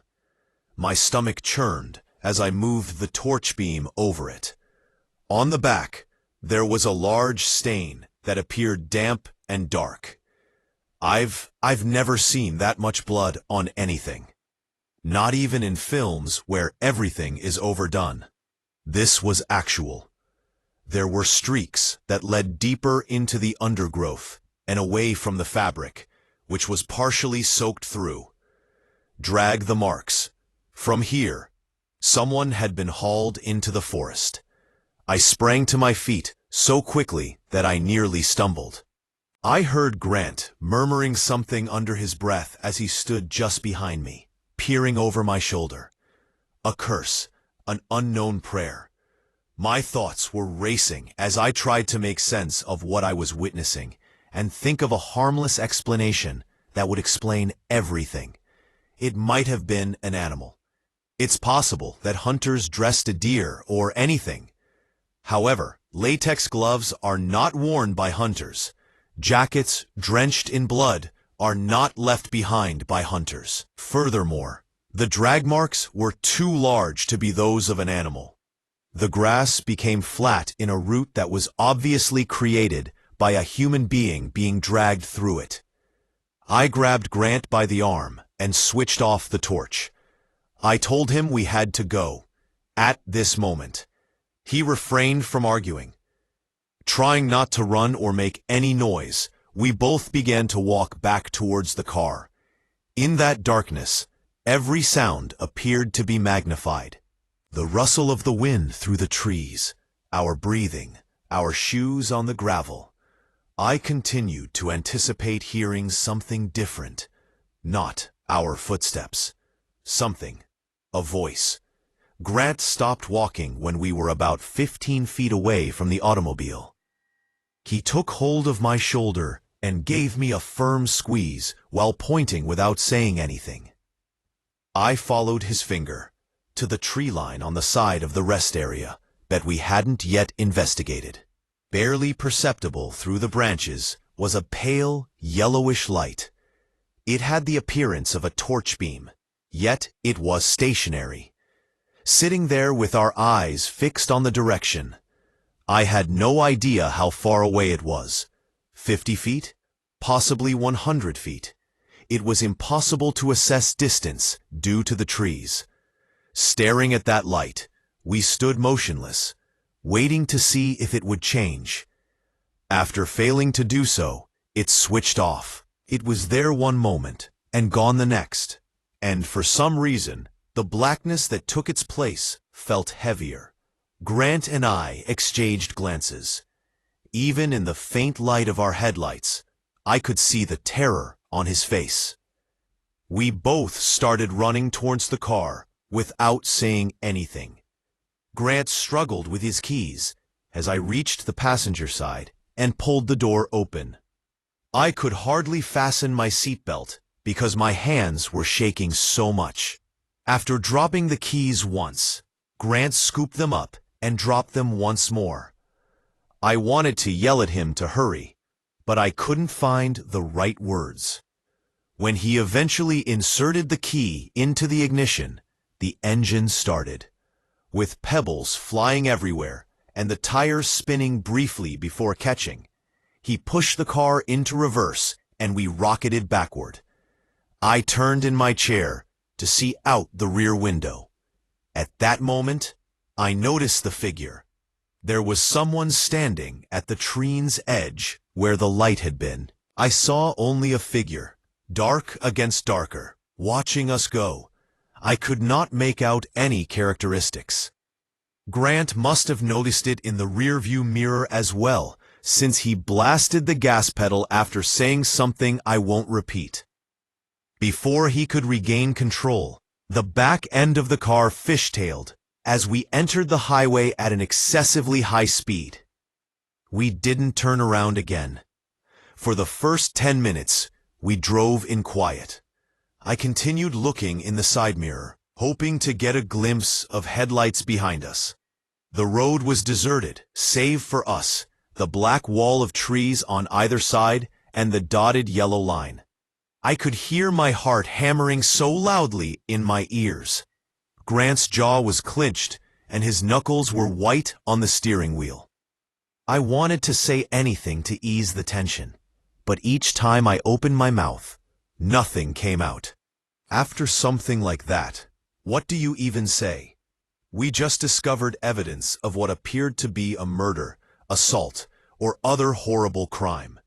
Additionally, someone in those woods witnessed us discovering it. Someone who observed us learn what they had done. I couldn't stop thinking about that light going out. In that instant, whoever was holding it made a decision. They could have remained undetected and waited for us to depart. But they wanted us to be aware of their presence. They wanted us to notice that they were observing. We came at a petrol station some 30 miles down the roadway. That remained open. One of those 24-hour establishments with a bored-looking man behind the counter and fluorescent lights humming overhead. We just sat there for a minute after pulling in. With the engine running, neither of us wants to get out. At last, Grant turned to face me and asked what we ought to do. Call the police, I urged. Obviously, we have to call the police. However, I could feel a knot building in my stomach while I was speaking. What were we going to inform them? Somewhere on the highway, at an unmarked rest site, we discovered a bloody jacket and some gloves. We were unsure about our exact location. I couldn't recall any mile markers or signage. There is nothing to designate that turnoff. I tried to scroll back along the path we had taken, using maps on my phone, but every section of that highway appeared to be the same. Road, trees, road, trees. Grant proposed that we simply keep driving, arrive in Kansas City, and go on. We couldn't do that, I informed him. We had to act if someone was dying in those woods, or if someone was injured back there while we were arguing. From the parking lot of the petrol station, I dialed 911. The dispatcher sounded worn out, as if she had already handled 100 calls that evening, and mine was just one more. I attempted to describe what we had discovered. The drag marks, the scent, the gloves, the blood-stained jacket, and the tire marks. I told her I didn't know the specific place when she inquired. On the highway heading east from Denver, somewhere between mile markers 80 and 120. I was only able to do that. I told her that we hadn't touched anything, which was accurate. I hesitated when she inquired if we had seen anyone. I informed her about the figure standing there and the light in the trees. There was a pause on the queue as we drove off. She inquired. When asked to describe the figure, I replied that I couldn't. It was too gloomy. Just now I noticed a form. While she called the state patrol, she instructed me to remain on the line. For nearly an hour, Grant and I waited in that parking lot for someone to give us a call back. When they eventually did, a trooper informed them that although units were being sent to inspect the area, it might take some time to find the precise location. The following day at noon, we arrived in Kansas City. I scarcely slept and jumped at every sound throughout my 3 days in the hospital with my dad. We texted back and forth while Grant was staying with his cousin in the city, but we didn't really discuss what had transpired. We seemed to have reached an unwritten consensus to act as though it was only a bad dream. A state patrol detective called me on the 4th day. He claimed to have located the rest spot we had mentioned. He said that evidence of what he described as a violent occurrence had been discovered. He simply asked if I would be prepared to come in and make a formal statement when I returned to Denver, without providing me with any facts over the phone. Yes, I replied. He became silent for a moment when I asked if they had found anyone in the woods. Then he stated that they were unable to comment on a matter that was still under investigation. I learnt what I needed to know from the weight in his voice and the manner he stated it. They discovered someone or something in the trees. Furthermore, I doubt that whoever it was survived. A week later, I made my statement. I was shown pictures of the rest area during the day by the detective, and it appeared to be nothing more than a patch of grass and gravel beside the highway. He attested to the fact that the gloves and jacket had been found, that the blood was human, and that they had discovered other evidence farther into the forest that he was unable to divulge. I told him the same thing I had told the dispatcher when he asked me about the figure I had seen. It was simply a form that was too dark to see anything else. He nodded as if he anticipated that response. He shook his head when I inquired if they had any suspects. We were the only witnesses, and we hadn't seen enough to be of assistance. That was half a year ago. I still occasionally check the news to see if there have been any updates, arrests, or anything else. Nothing has occurred. Whoever was in those woods that evening is still at large. Occasionally, while I'm driving at night and notice a dim turnoff on the highway, side of the road, my chest constricts and I tighten my hold on the steering wheel. I imagine that light going out. Knowing that we had witnessed what they had done, I imagine that figure standing there and watching us go. Additionally, I wonder whether they ever consider us as well. That Friday night, in March 2024, 5 of us jammed into my friend Garrett's ancient Chevy Suburban as we traveled from Austin to New Orleans for a bachelor party weekend.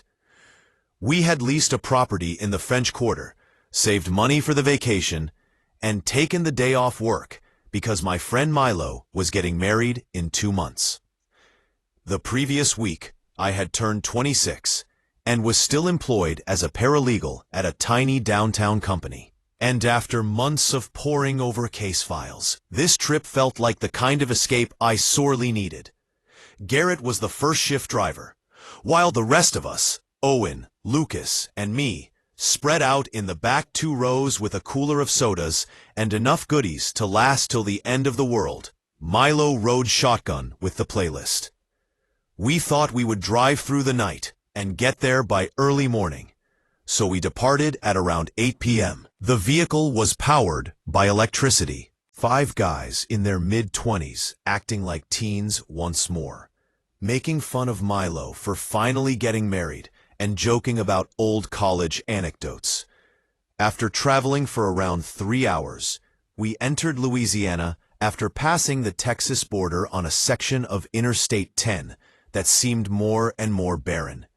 The advertisements vanished, to be replaced by thick black tree walls that pressed up against the highway. The amount of traffic decreased until we were frequently the only headlights in either direction. Garrett had the cruise control set at 72, which kept us just over the speed limit without going overboard. Lucas was using his phone, with the brightness turned all the way down, while Owen dozed out against the window. Garrett abruptly sat up straight and stared into the rearview mirror as Milo and I were discussing whether to stop for petrol at the next exit or continue driving for another hour. I instantly reached for my seatbelt to make sure it was securely fastened when red and blue lights appeared behind us and flickered through the rear glass with such intensity. Garrett muttered something to himself and began to slow down, drawing closer to the shoulder, while the car behind us followed, its lights creating alternating splashes of color on the dark trees. When we came to a complete stop, the car itself caught my attention. It was a dark-colored SUV with no obvious side insignia, either black or deep navy. There was no police writing, no state trooper emblem, and no sheriff's star that I could discern. The light bar on top sat slightly crooked on the roof and appeared nearly handmade, as if someone had installed it themselves. Groggy and perplexed, Owen asked what was going on when he woke up. In an attempt to gain a closer look, Lucas leaned forward between the front seats. For what seemed like a long time, we all just sat there in silence, forever, gazing through our mirrors at the figure inside the SUV. While the driver's door eventually opened, a man emerged, but he did not walk in the manner that police officers often do while conducting a traffic check. He approached the driver's side window without the cautious hand-on-hip stance you see in every police procedural on television, and he went too fast, almost enthusiastically.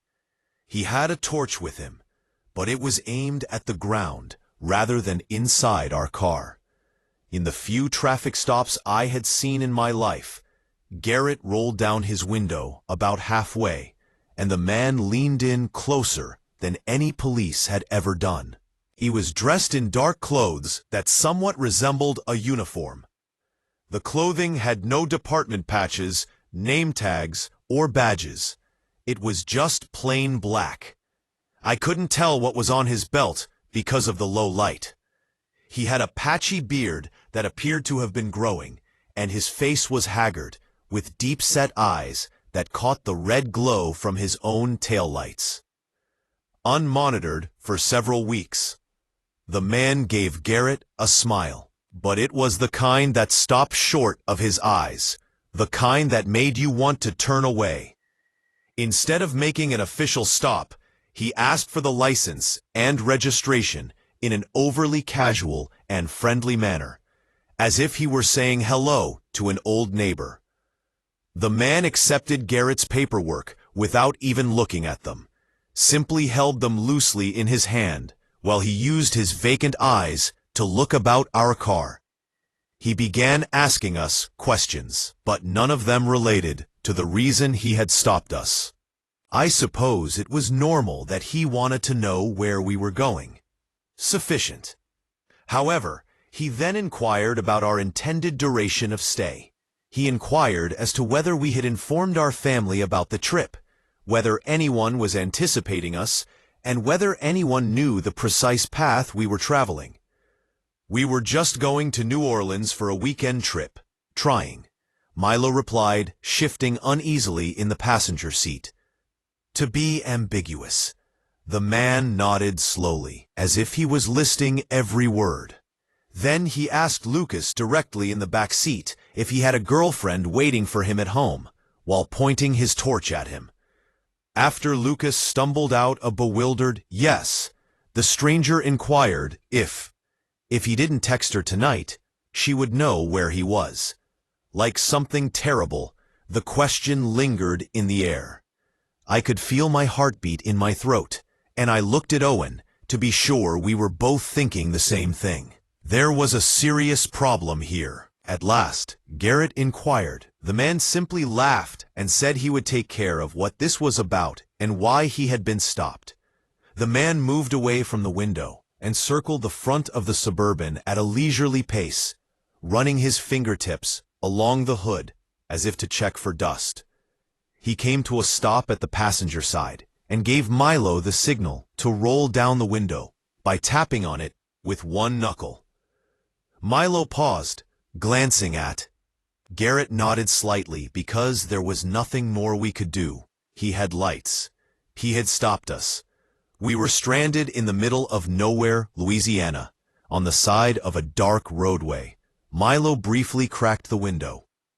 Inches, and the man's face was uncomfortably close to the glass as he stooped to see inside. He asked Milo to get out of the car.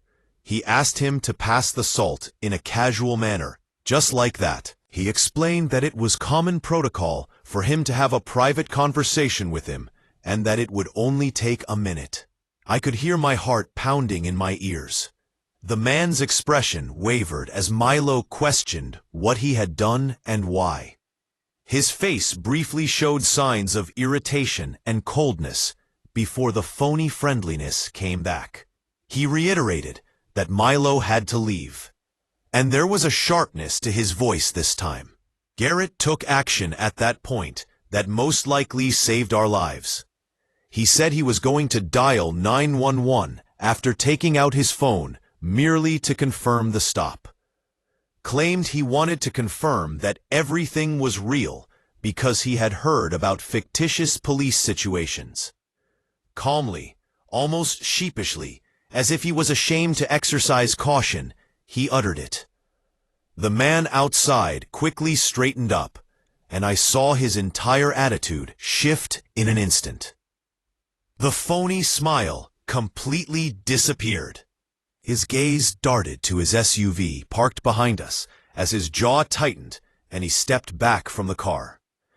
He informed Garrett that it wouldn't be required, that he was squandering everyone's time, and that we may leave.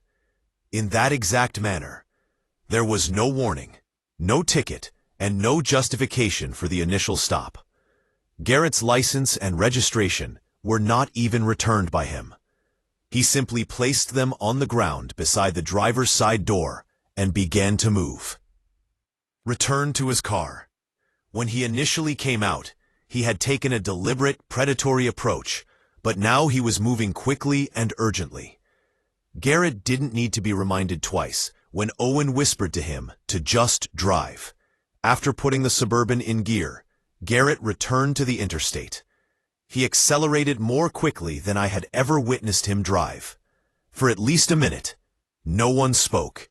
Breathing heavily, we sat there in the glow of the dashboard lights, attempting to comprehend what had just transpired. None of us could respond when Lucas was the first to question if that person was actually a police officer. I half expected the SUV to follow, so I twisted around in my seat to observe it. However, its lights abruptly turned out. The blue and red ceased to flash. The car sat motionless on the shoulder with its headlights completely off. Then, with no lights on at all, it made a U-turn over the median, something no police officer would ever do, and vanished in the other direction. We observed it till it disappeared into the shadows. Then all of us began speaking at once, our voices blending with adrenaline, uncertainty, and dread. Milo insisted that before the man's inquiries became too bizarre, he had actually grabbed for the door handle and nearly gotten out of the car. I can't quite put into words how awful that thought made me feel. We continued driving for an additional 40 minutes without stopping, frequently glancing in the mirror and jumping at any headlights that came from behind us.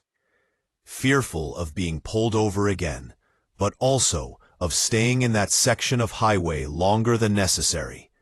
Garrett kept his speed precisely at the posted limit.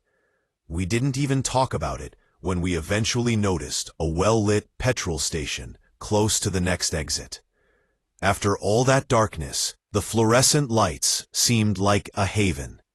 We parked close to the entrance, where people, cameras, and the typical noises of a convenience store in the middle of the night were all there as more cars filled up. I stepped outside on unsteady feet and stood there for a while, taking in the smell of fried food and petrol from within, re-establishing my sense of normalcy. We saw a Louisiana state trooper at that point. There was an actual car with the appropriate markings parked on the opposite side of the lot, with a uniformed officer working on paperwork inside. After a brief discussion, we all agreed with Owen's suggestion that we go talk to him and tell him what had happened. We had to find out if what we had gone through was as incorrect as it seemed. The name of the trooper was printed on a tag fastened to his chest, and he looked up from his clipboard with the kind of weary patience that comes with years of working nights. He asked us right away if we were okay and if there had been an accident, so we must have appeared shaken. Garrett described what transpired: the unmarked SUV, the crooked light bar, the intrusive questions posed by the man dressed in black, and the effort to keep Milo apart from the group. As Garrett said, the trooper's expression shifted from being courteously attentive to being truly worried. He leaned forward in his seat and asked us to describe the car once more, the man, and the precise location on the interstate where this had happened. The trooper was silent for a while after Garrett was done. Then he told us something that made me feel sick to my stomach. No authorized unit was working there tonight, he added. No state, no sheriff's deputies, no federal vehicles, troopers. He insisted that we submit an official report right away. Additionally, I could tell by the gravity in his voice that he had heard stories similar to ours before. We stayed in a state police station off the highway for the next 2 hours, providing a detective with statements and descriptions, all of which were captured on a digital gadget. She asked us to remember as much as we could: the light bar's shape, the question's precise phrasing, the man's movements, or anything unusual about his look or car. Lucas recalled that the driver's side of the SUV's front bumper had a tiny damage. Owen remembered that instead of the polished shoes a true officer would wear, the man had been wearing boots that appeared military. I could not make out the faded tattoo that resembled letters or numbers on his left wrist, but I remembered his hands and his long, filthy fingernails. When we were done, the detective thanked us in a way that felt weighty and important. But she wrote everything down without showing any emotion. She continued, "Our description matched 2 other reports from the past 18 months, incidents on the same stretch of highway, involving a similar vehicle and a man fitting the same general appearance. I didn't inquire, and she didn't tell us what transpired in those other situations. The answer scared me too much. The bachelor celebration felt empty after we arrived in New Orleans by dawn. The meals, the bars, the too loud and too fading laughter. We all went through the motions. However, we were all unable to forget what had transpired on that gloomy section of Interstate 10. The moment Milo nearly opened the door kept coming back to him. He insisted that he could feel the handle beneath his fingers. I couldn't stop wondering what might have happened if he and that man had ventured out into the night. We were never able to identify him. A few weeks later, the detective called Garrett to let him know that they were still looking into the matter and had stepped up patrols in the area. As far as I'm aware, no arrests were ever made. I occasionally look at news articles online concerning that roadway, regarding attacks on travelers in rural Louisiana or missing persons, and I discover enough to keep me up at night. I consider how easily the third section of our journey across a vast, peaceful region of the nation, where settlements seemed more like suggestions than actual locations, began that morning. The purpose of the trip was to give us a fresh start, a low-cost getaway following months of stress from balancing school and work demands. We thought a little roadside lodge would provide us with a story to tell later, because we were sick of chain motels. Cleaning was promised in the listing. After hours of engine noise, the old-fashioned calm, hot showers and rooms sounded ideal. While I was driving, my partner Sarah was reading evaluations, and none of them seemed to raise any red flags. The children were counting down miles as if it were a game. I recall thinking how deserted everything appeared until the GPS instructed us to turn onto a small dirt road. There were fields on either side, and the quiet was intense. We slowed down in that moment. The lodge appeared as if it had stopped in time, its windows darkened by dirt and its signage faded as it sat back from the road. Long pieces of paint peeled off, and weeds pushed through the parking lot's cracks, as if no one was interested in combating them anymore. It felt odd for mid-afternoon that there were no cars parked outside, not even close to the door. One person emerged from the door to the office, a man wearing clothes that appeared to have been slept in rather than worn, and with a rigid posture. He was kind but avoided small talk, answering briefly and letting his gaze wander over us, rather of going to see them. The air had a subtle scent of damp wood and an unidentified sour stench. Half the lights were off in the workplace, and a dusty, with little air movement, the fan hummed. "You're noticing the same thing, but don't want to scare the kids yet," was how we looked at each other. Although the room was functional, it seemed uncomfortable, like if it had been cleaned only enough to look at. The room appeared smaller than it actually was, because of the heavy curtains that blocked out most of the brightness. I heard an erratic thudding sound coming from somewhere behind the building while I was unpacking, and, lo, as though a heavy object was being moved. When Sarah attempted to access a side exit close to the vending machines, she discovered that it was locked from the outside, which was odd for a visitor area. In the same manner, another door close to the rear stairs was barricaded. I saw things hidden behind a skip, a battered backpack, one sneaker, and a phone case with a crack in the center, as I went outside to get some fresh air. They were concealed and put out of sight rather than disposed of like rubbish. Despite the heat, the flesh along my arms prickled when the sounds resumed, closer this time. We didn't proclaim our choice, but everything happened at once. Without asking any questions, Sarah silently instructed the children to retrieve their bags and put their shoes back on. When I went to the office to give the key back, the man appeared nearly shocked, irritated when I announced our early departure. He simply took the key and slid it into a drawer that was already filled with them, without asking why. Back outdoors, the sky was starting to turn darker, with longer shadows extending across the empty lot. I looked in the mirror, more than I needed to, as we drove away, almost expecting to see headlights behind us. None did, but the feeling of relief didn't strike until the lodge was out of sight. Mostly because we didn't know what to say without coming across as suspicious. we never reported the location. Even now, when I consider those hidden items, I wonder who owned them and if our safe return to the road was solely due to our departure before dusk.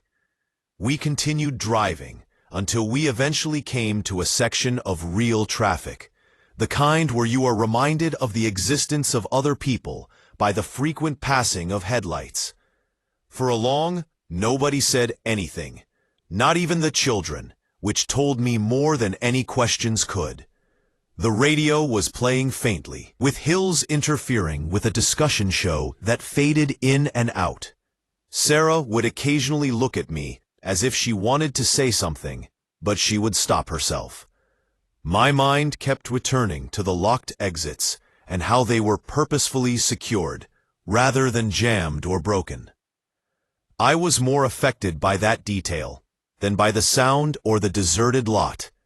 It implied preparation, rather than carelessness. The tension inside the car felt heavier than the bags in the trunk by the time the sun had set.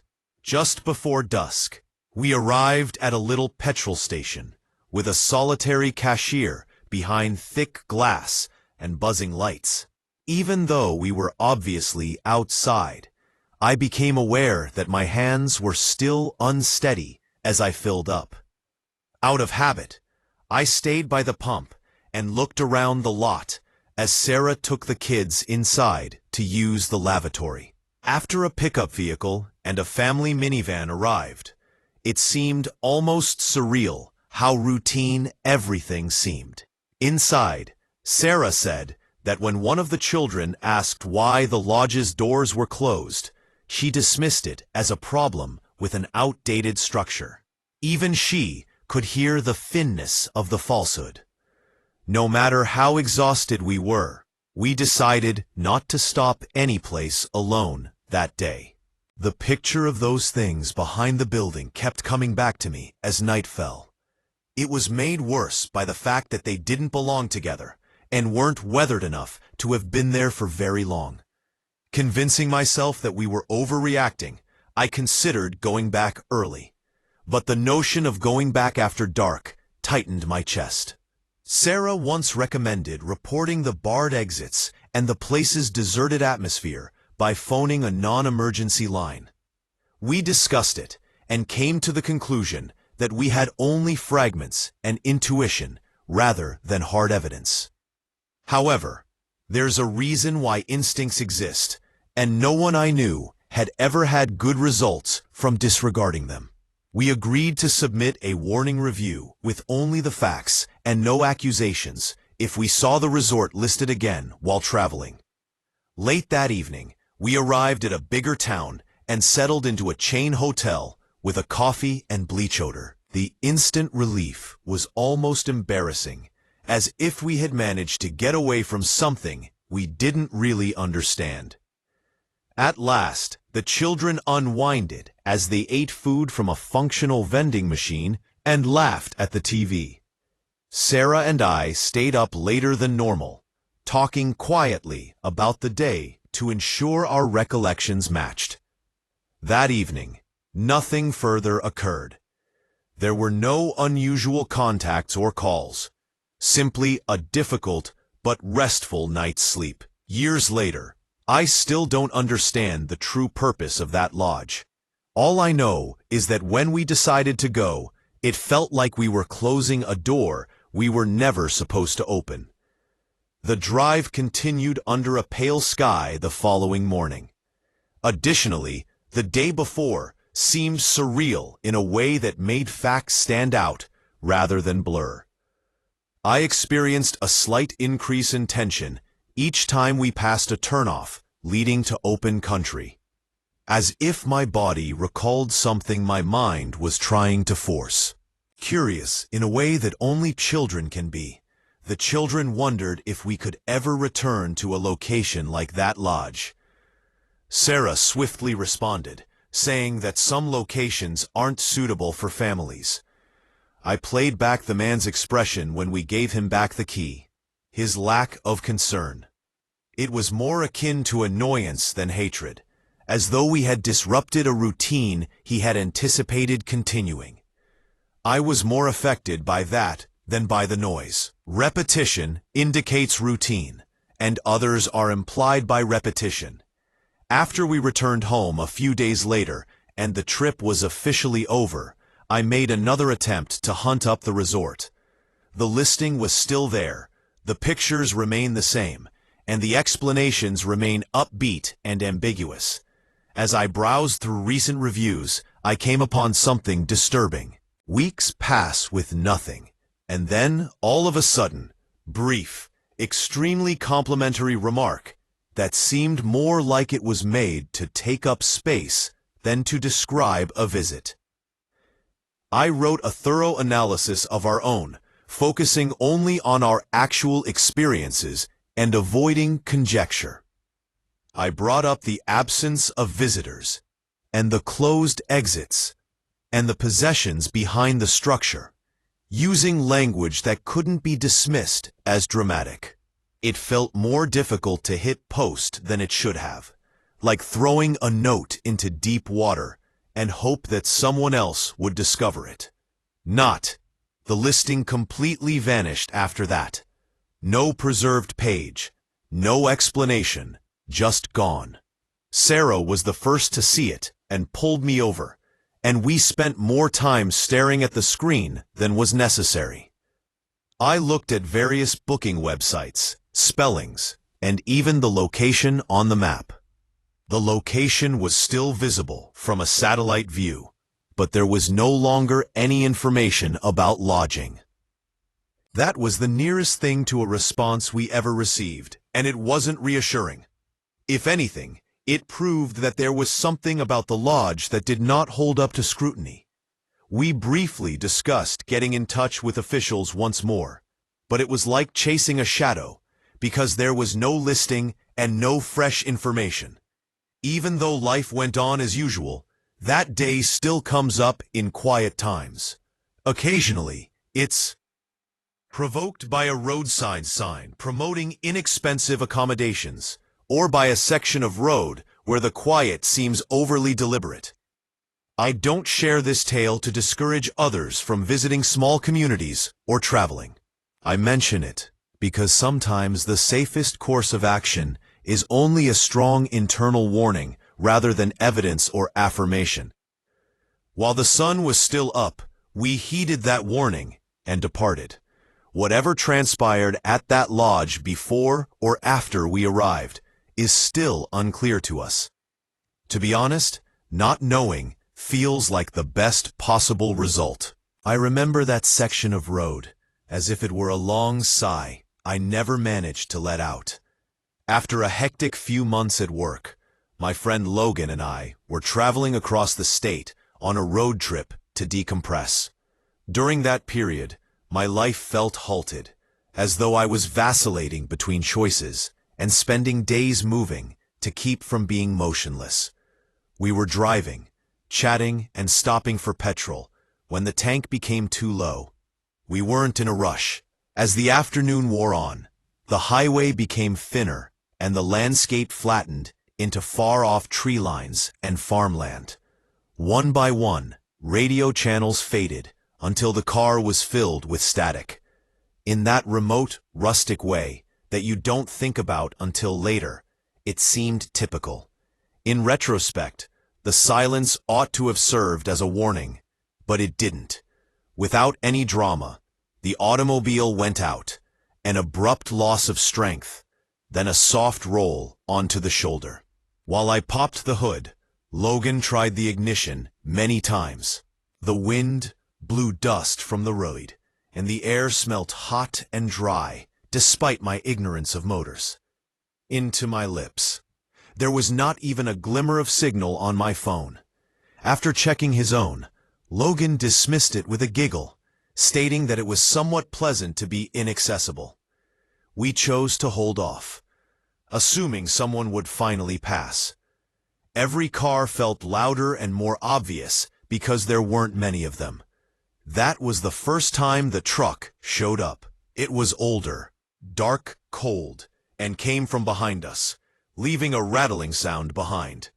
Before the vehicle accelerated once more, the driver halted just enough to glance in our direction. The identical pickup returned from the other direction a little while later, slowing even further. Logan joked that the man must be lost, but he didn't sound persuaded. The tires crunched on gravel close to the shoulder during the third pass, which was slower than the second. I observed that the truck remained in queue with us for longer than was necessary. When it eventually gained momentum, the silence that followed felt more oppressive than before. We stopped making jokes. The pickup then came back, but this time it failed. With its warning lights blinking erratically, it stopped a little distance ahead of us. Wearing boots that were too clean for roadside labor and a ball cap pulled low, the driver emerged slowly. His voice was pleasant, but strangely flat, as if he were reciting lines he had practiced when he inquired whether we needed assistance. Although that wasn't true, Logan thanked him and continued, "We have someone coming." The man hung around, offering us anything to get into his truck, including tools and a trip. His gaze was constantly shifting between our automobile and us, never staying still long enough to seem normal. His look somewhat sharpened as we declined once more. Then he nodded and turned to return to his pickup. Neither of us spoke until the sound of his engine subsided. With the windows slightly open to allow air to enter, we sat in the car with the doors closed. Out there, time seemed to stretch in an odd way, feeling both every minute, sluggish and hurried. Expecting the pickup to return at any moment, I continued to scan the road in both directions. Logan made an effort to talk lightly. He continued looking at the rearview mirror as he talked about the cuisine we'd get once we got back to civilization. Eventually, another car went by, a sedan that didn't slow down at all, and for a few seconds, it felt worse than being recognized. The sun began to descend, creating deep shadows across the pavement. I became aware of our vulnerability. If someone chose to stop again, there would be two trapped people with nowhere to go. Just as the lights started to fade into early darkness, the truck returned. It slowed down much more this time, nearly creeping past us before coming to a stop a few vehicle lengths behind. The driver did not immediately exit the vehicle. He watched us in the side mirror, while sitting with the window halfway down and the engine running. Logan muttered that we ought to remain motionless and do not respond. The man did not initially grin or say anything when he eventually emerged. He moved closer than before, to the point where I could smell him. He had cigarettes and oil on his clothes. With a harder, less amiable tone, he reiterated his offer of assistance. We reassured him that help was on the way and that we were okay. After staring at us for much too long, he went back to his truck without saying anything more and drove off quickly enough to kick dust into the air. We didn't talk much after that. The quiet seemed deliberate, as if talking would draw attention back to us. After a while, a roadside service truck emerged from the other direction, its lights blazing with an unbelievable sense of relief. While I continued to scan the highway, the driver was all business, wiring up the car and asking brief questions. Before we departed, I kind of expected the pickup to roar back into view. I tried to commit every detail to memory, in case it came up later as we drove away, looking back at the section of road getting smaller behind us. Logan exhaled deeply and admitted that it was only then that he became aware of how tense he had been. We ended up waiting in a diner while the automobile was inspected in a nearby little town. The place had a charred and greasy scent. Coffee, reassuring in its familiarity. I browsed local news on the diner's spotty Wi-Fi while Logan spoke to the mechanic. I noticed it at that point. A brief piece tucked away at the bottom of the page. A number of recent roadside robberies along a nearby roadway were highlighted. Drivers who are stuck and a dark truck that would come full circle prior to the assaults. The descriptions were too similar to be disregarded. My chest constricted as I read it twice, and then a third time. Logan's cheeks lost color as he read the piece I showed him.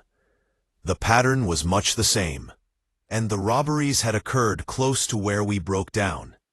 The victims believed they had no choice but to accept assistance or rides. It was not stated in the story if anyone had been apprehended. We left without eating our meal after paying our payment.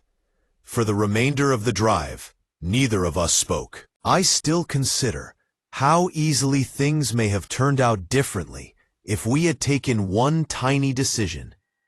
I learnt that day how difficult it is to distinguish between a minor annoyance and something much worse, particularly when driving alone. The remainder of the journey seemed to take longer than the miles indicated on the map.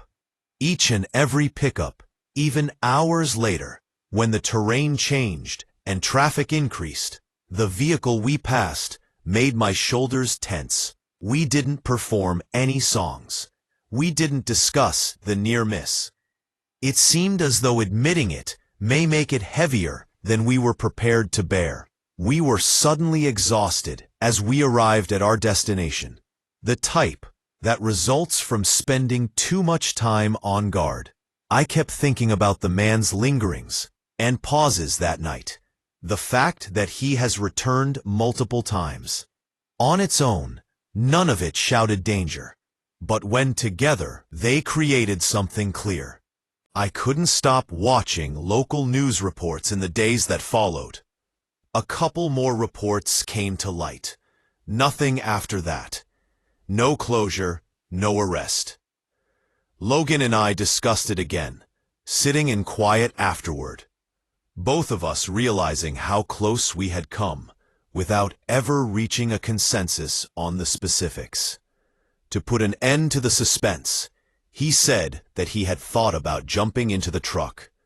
I was afraid about that, more than the stranger ever did.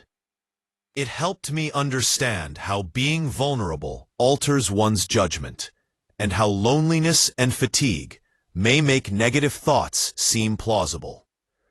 I began to carry more after that journey: a roadside kit, water, and a paper map. I never wanted to feel that helpless again, not because I believed that preparedness would make me fearless. Occasionally, I still imagine how big and deserted the highway was, and how simple it would have been for something horrible to happen in the absence of witnesses. The most terrifying aspect wasn't the truck or the man, but rather how normal everything seemed at the time. There was a creeping, tightening feeling that something wasn't right, but there was no spectacular moment or obvious signal. I'm still unsure of the driver's intentions and the number of others who were not as fortunate as us. Perhaps he had a hand in it. Perhaps he wasn't. All I know is that we heeded our gut and stayed put, which allowed us to avoid that road. Even as you were waiting felt unpleasant. That encounter altered my perception of peaceful locations and beneficial strangers. Certain sections of the road don't tolerate minor infractions, and some warnings don't include sirens or indicators. They manifest as patience, repetition, and the sensation that someone is observing you a bit too intently. The travel still seemed straightforward and rather dull early that morning. It's the kind of driving that helps you decompress. The idea was to travel through several states at once. Riley, Mason, and I were the only ones turning the wheel, chasing that loose feeling you get when the road keeps unraveling in front of you. At that moment, life was numb but constant. Extended work weeks, inexpensive takeaway, and the feeling that each day was the same. Even if it was just for a weekend, taking a road trip felt like pushing pause. The vehicle had a gas-like scent. Riley continued to use citrus wipes on the dashboard and station coffee. We made jokes about missing exits, playlists, and how the GPS constantly sounded irritated. I had no idea that the day would stick with me for so long. The route became less congested by late afternoon, with vast stretches of quiet between passing vehicles. We were abruptly diverted by the GPS, which insisted on taking a tiny exit that went through farmland rather than continuing straight ahead. It seemed harmless at first. There were endless fences, undulating hills, and fields that appeared to be abandoned rather than farmed. Cell bar after bar, service diminished until the map and our blinking dot were the only things visible on the screen. Mason laughed it off and tapped the phone as if that would solve the problem, but his laughter was short-lived. The path constricted, the sky began to turn a deep gray, and the asphalt began to crumble into odd sections. There were only mailboxes leaning at strange angles as we passed. There were no homes or shops. Finally, we arrived to a tiny collection of structures that hardly met the criteria for a settlement. A cafe with one flickering light. A petrol station with flaking paint, and a few trucks parked as if they had been there forever. We were relieved to see individuals at all. Conversations stopped as soon as we entered the diner, and the air smelt like burnt coffee and old oil. The villagers gazed freely, alert but not inquisitive. In a pleasant manner, I asked an older man working behind the counter how to return to the freeway. He glanced beyond me and towards the window before muttering something about going the long route instead of responding straight away. Without giving a reason, another woman shook her head and muttered that the roads were unsafe after dark. The sun was almost setting as we went back outdoors, and the dirt lot's shadows were spreading too quickly. As we were leaving, Mason saw that one of the trucks had turned on its engine. The sound is intentional and low. While we were driving away, another, in the rearview mirror, one set of headlights emerged, followed by another further back. Nobody went by us. Nobody gave a honk. They simply remained there, keeping pace with us. Riley tried the GPS once more, but the screen remained unresponsive and frozen. The car's silence seemed more oppressive than the darkness encircling us. At that point, the trip began to feel like a mistake rather than an escape. It felt more deliberate the more we traveled, as if the road itself were getting closer. Tires crunched more loudly than they should have, and the pavement in several spots thinned into gravel. I counted 3 sets of headlights, equally spaced and never wandering, while the cars behind us multiplied. Mason's voice didn't match his words as he continued to stare at the mirrors, his jaw clenched, indicating that they were most likely locals returning home. Riley advised me to turn around, but the thought of passing that diner again made my chest constrict. Our headlights carved a small tunnel through the darkness. There were no streetlights. Every farmhouse we passed had black windows and situated far from the road, giving the impression that no one lived there. One of the cars behind us suddenly and sharply flashed its bright lights as we paused near a fork in the road, not knowing which way to proceed. A second later, someone else signaled by doing the same. Dust began to kick up behind us as Mason accelerated, and the headlights quickly closed the gap. Just long enough for me to observe a shadow bending towards the window with an arm resting out the side. One truck drew up beside us, before falling back once again. Nobody made an attempt to pass, They didn't have to. They seemed happy to leave us in our current location. The same question kept coming up in my mind. Why don't we just go? Riley noticed a faded sign pointing towards the highway, or what we assumed was the highway, that was partially hidden by weeds. We encountered a rougher section of road, and Mason made the curve without slowing down, causing the car to jolt. For the first time, the cars behind us hesitated, their engines growling louder as they made adjustments. Two remained with us, while one pulled off and vanished down a side road. The road descended rapidly after climbing a little hill, with trees encircling it on both sides. The headlights briefly disappeared behind a bend, and the eerie quiet was like holding your breath underwater. The spotlights reappeared closer than before, shattering that sense of relief. The engine complained as Mason drove the automobile harder than he had ever done. The road straightened, and the highway's reflective markers could be seen ahead, faint but distinct. The cars slowed, then came to a complete stop, their headlights turning out one by one as soon as our tires touched solid pavement. We didn't slow down. We didn't turn around. The remainder of the drive was spent in a daze of shock and adrenaline. We were all mentally revisiting the same pictures in an attempt to make sense of something that didn't seem random. None of us immediately got out of the car as we pulled into a rest area. The bright, sterile lights buzzed overhead, and it seemed strange that other passengers were moving around as if nothing had happened. At last, Mason turned off the engine and sat with his hands on the steering wheel, breathing gently as if he was trying not to tremble.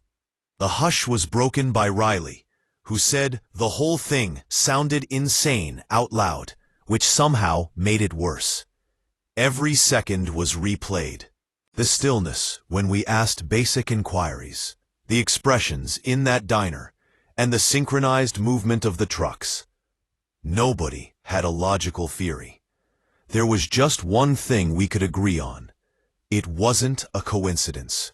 At a motel we hadn't intended to stay at later that evening. It was difficult to fall asleep. I tensed up every time a headlight passed outside the curtains, listening for engines to slow down. I began browsing online, typing bits and pieces of what we had experienced without knowing exactly what I was looking for. Mentions of stranded drivers, assaults that never resulted, and persons discovered hurt on back roads with no recollection of who assisted or harmed them were buried in local forums and old news articles. The locations were not clear, unidentified, but the details fit together awkwardly. The articles were better than the comments. Outsiders are cautioned by locals not to wander and not to trust detours. My skin tingled when I saw that it was written by strangers. We made the decision not to report anything the following morning. I'm still troubled by that decision. However, we were unable to convey what had transpired at the moment without coming across as insane. There are no faces, no plates, no obvious crime, just instinct and terror. Rather, Mason changed that, the remainder of the route by hand, being sure to double-check each stop. Riley had stopped making jokes and was staring out the window as if the scenery may turn against us. We stayed on the main thoroughfares, disregarding every recommended shortcut, and continued until crowds were there. Not due to distance, but rather because none of us wanted to continue acting like this was still enjoyable. The trip ended early. It's not simply the fear that remains with me, but how well coordinated everything seemed. They didn't rush or panic. The route itself, the silence, and the pace were all under their control. Opportunity and luck have no bearing on what occurs in the world. It depends on tourists putting their trust in a screen to direct them to an unknown location. Road excursions are still something I do, but they are planned, like someone who is paranoid. Currently, paper routes, offline maps, and a strict guideline to, once service drops, never take a diversion.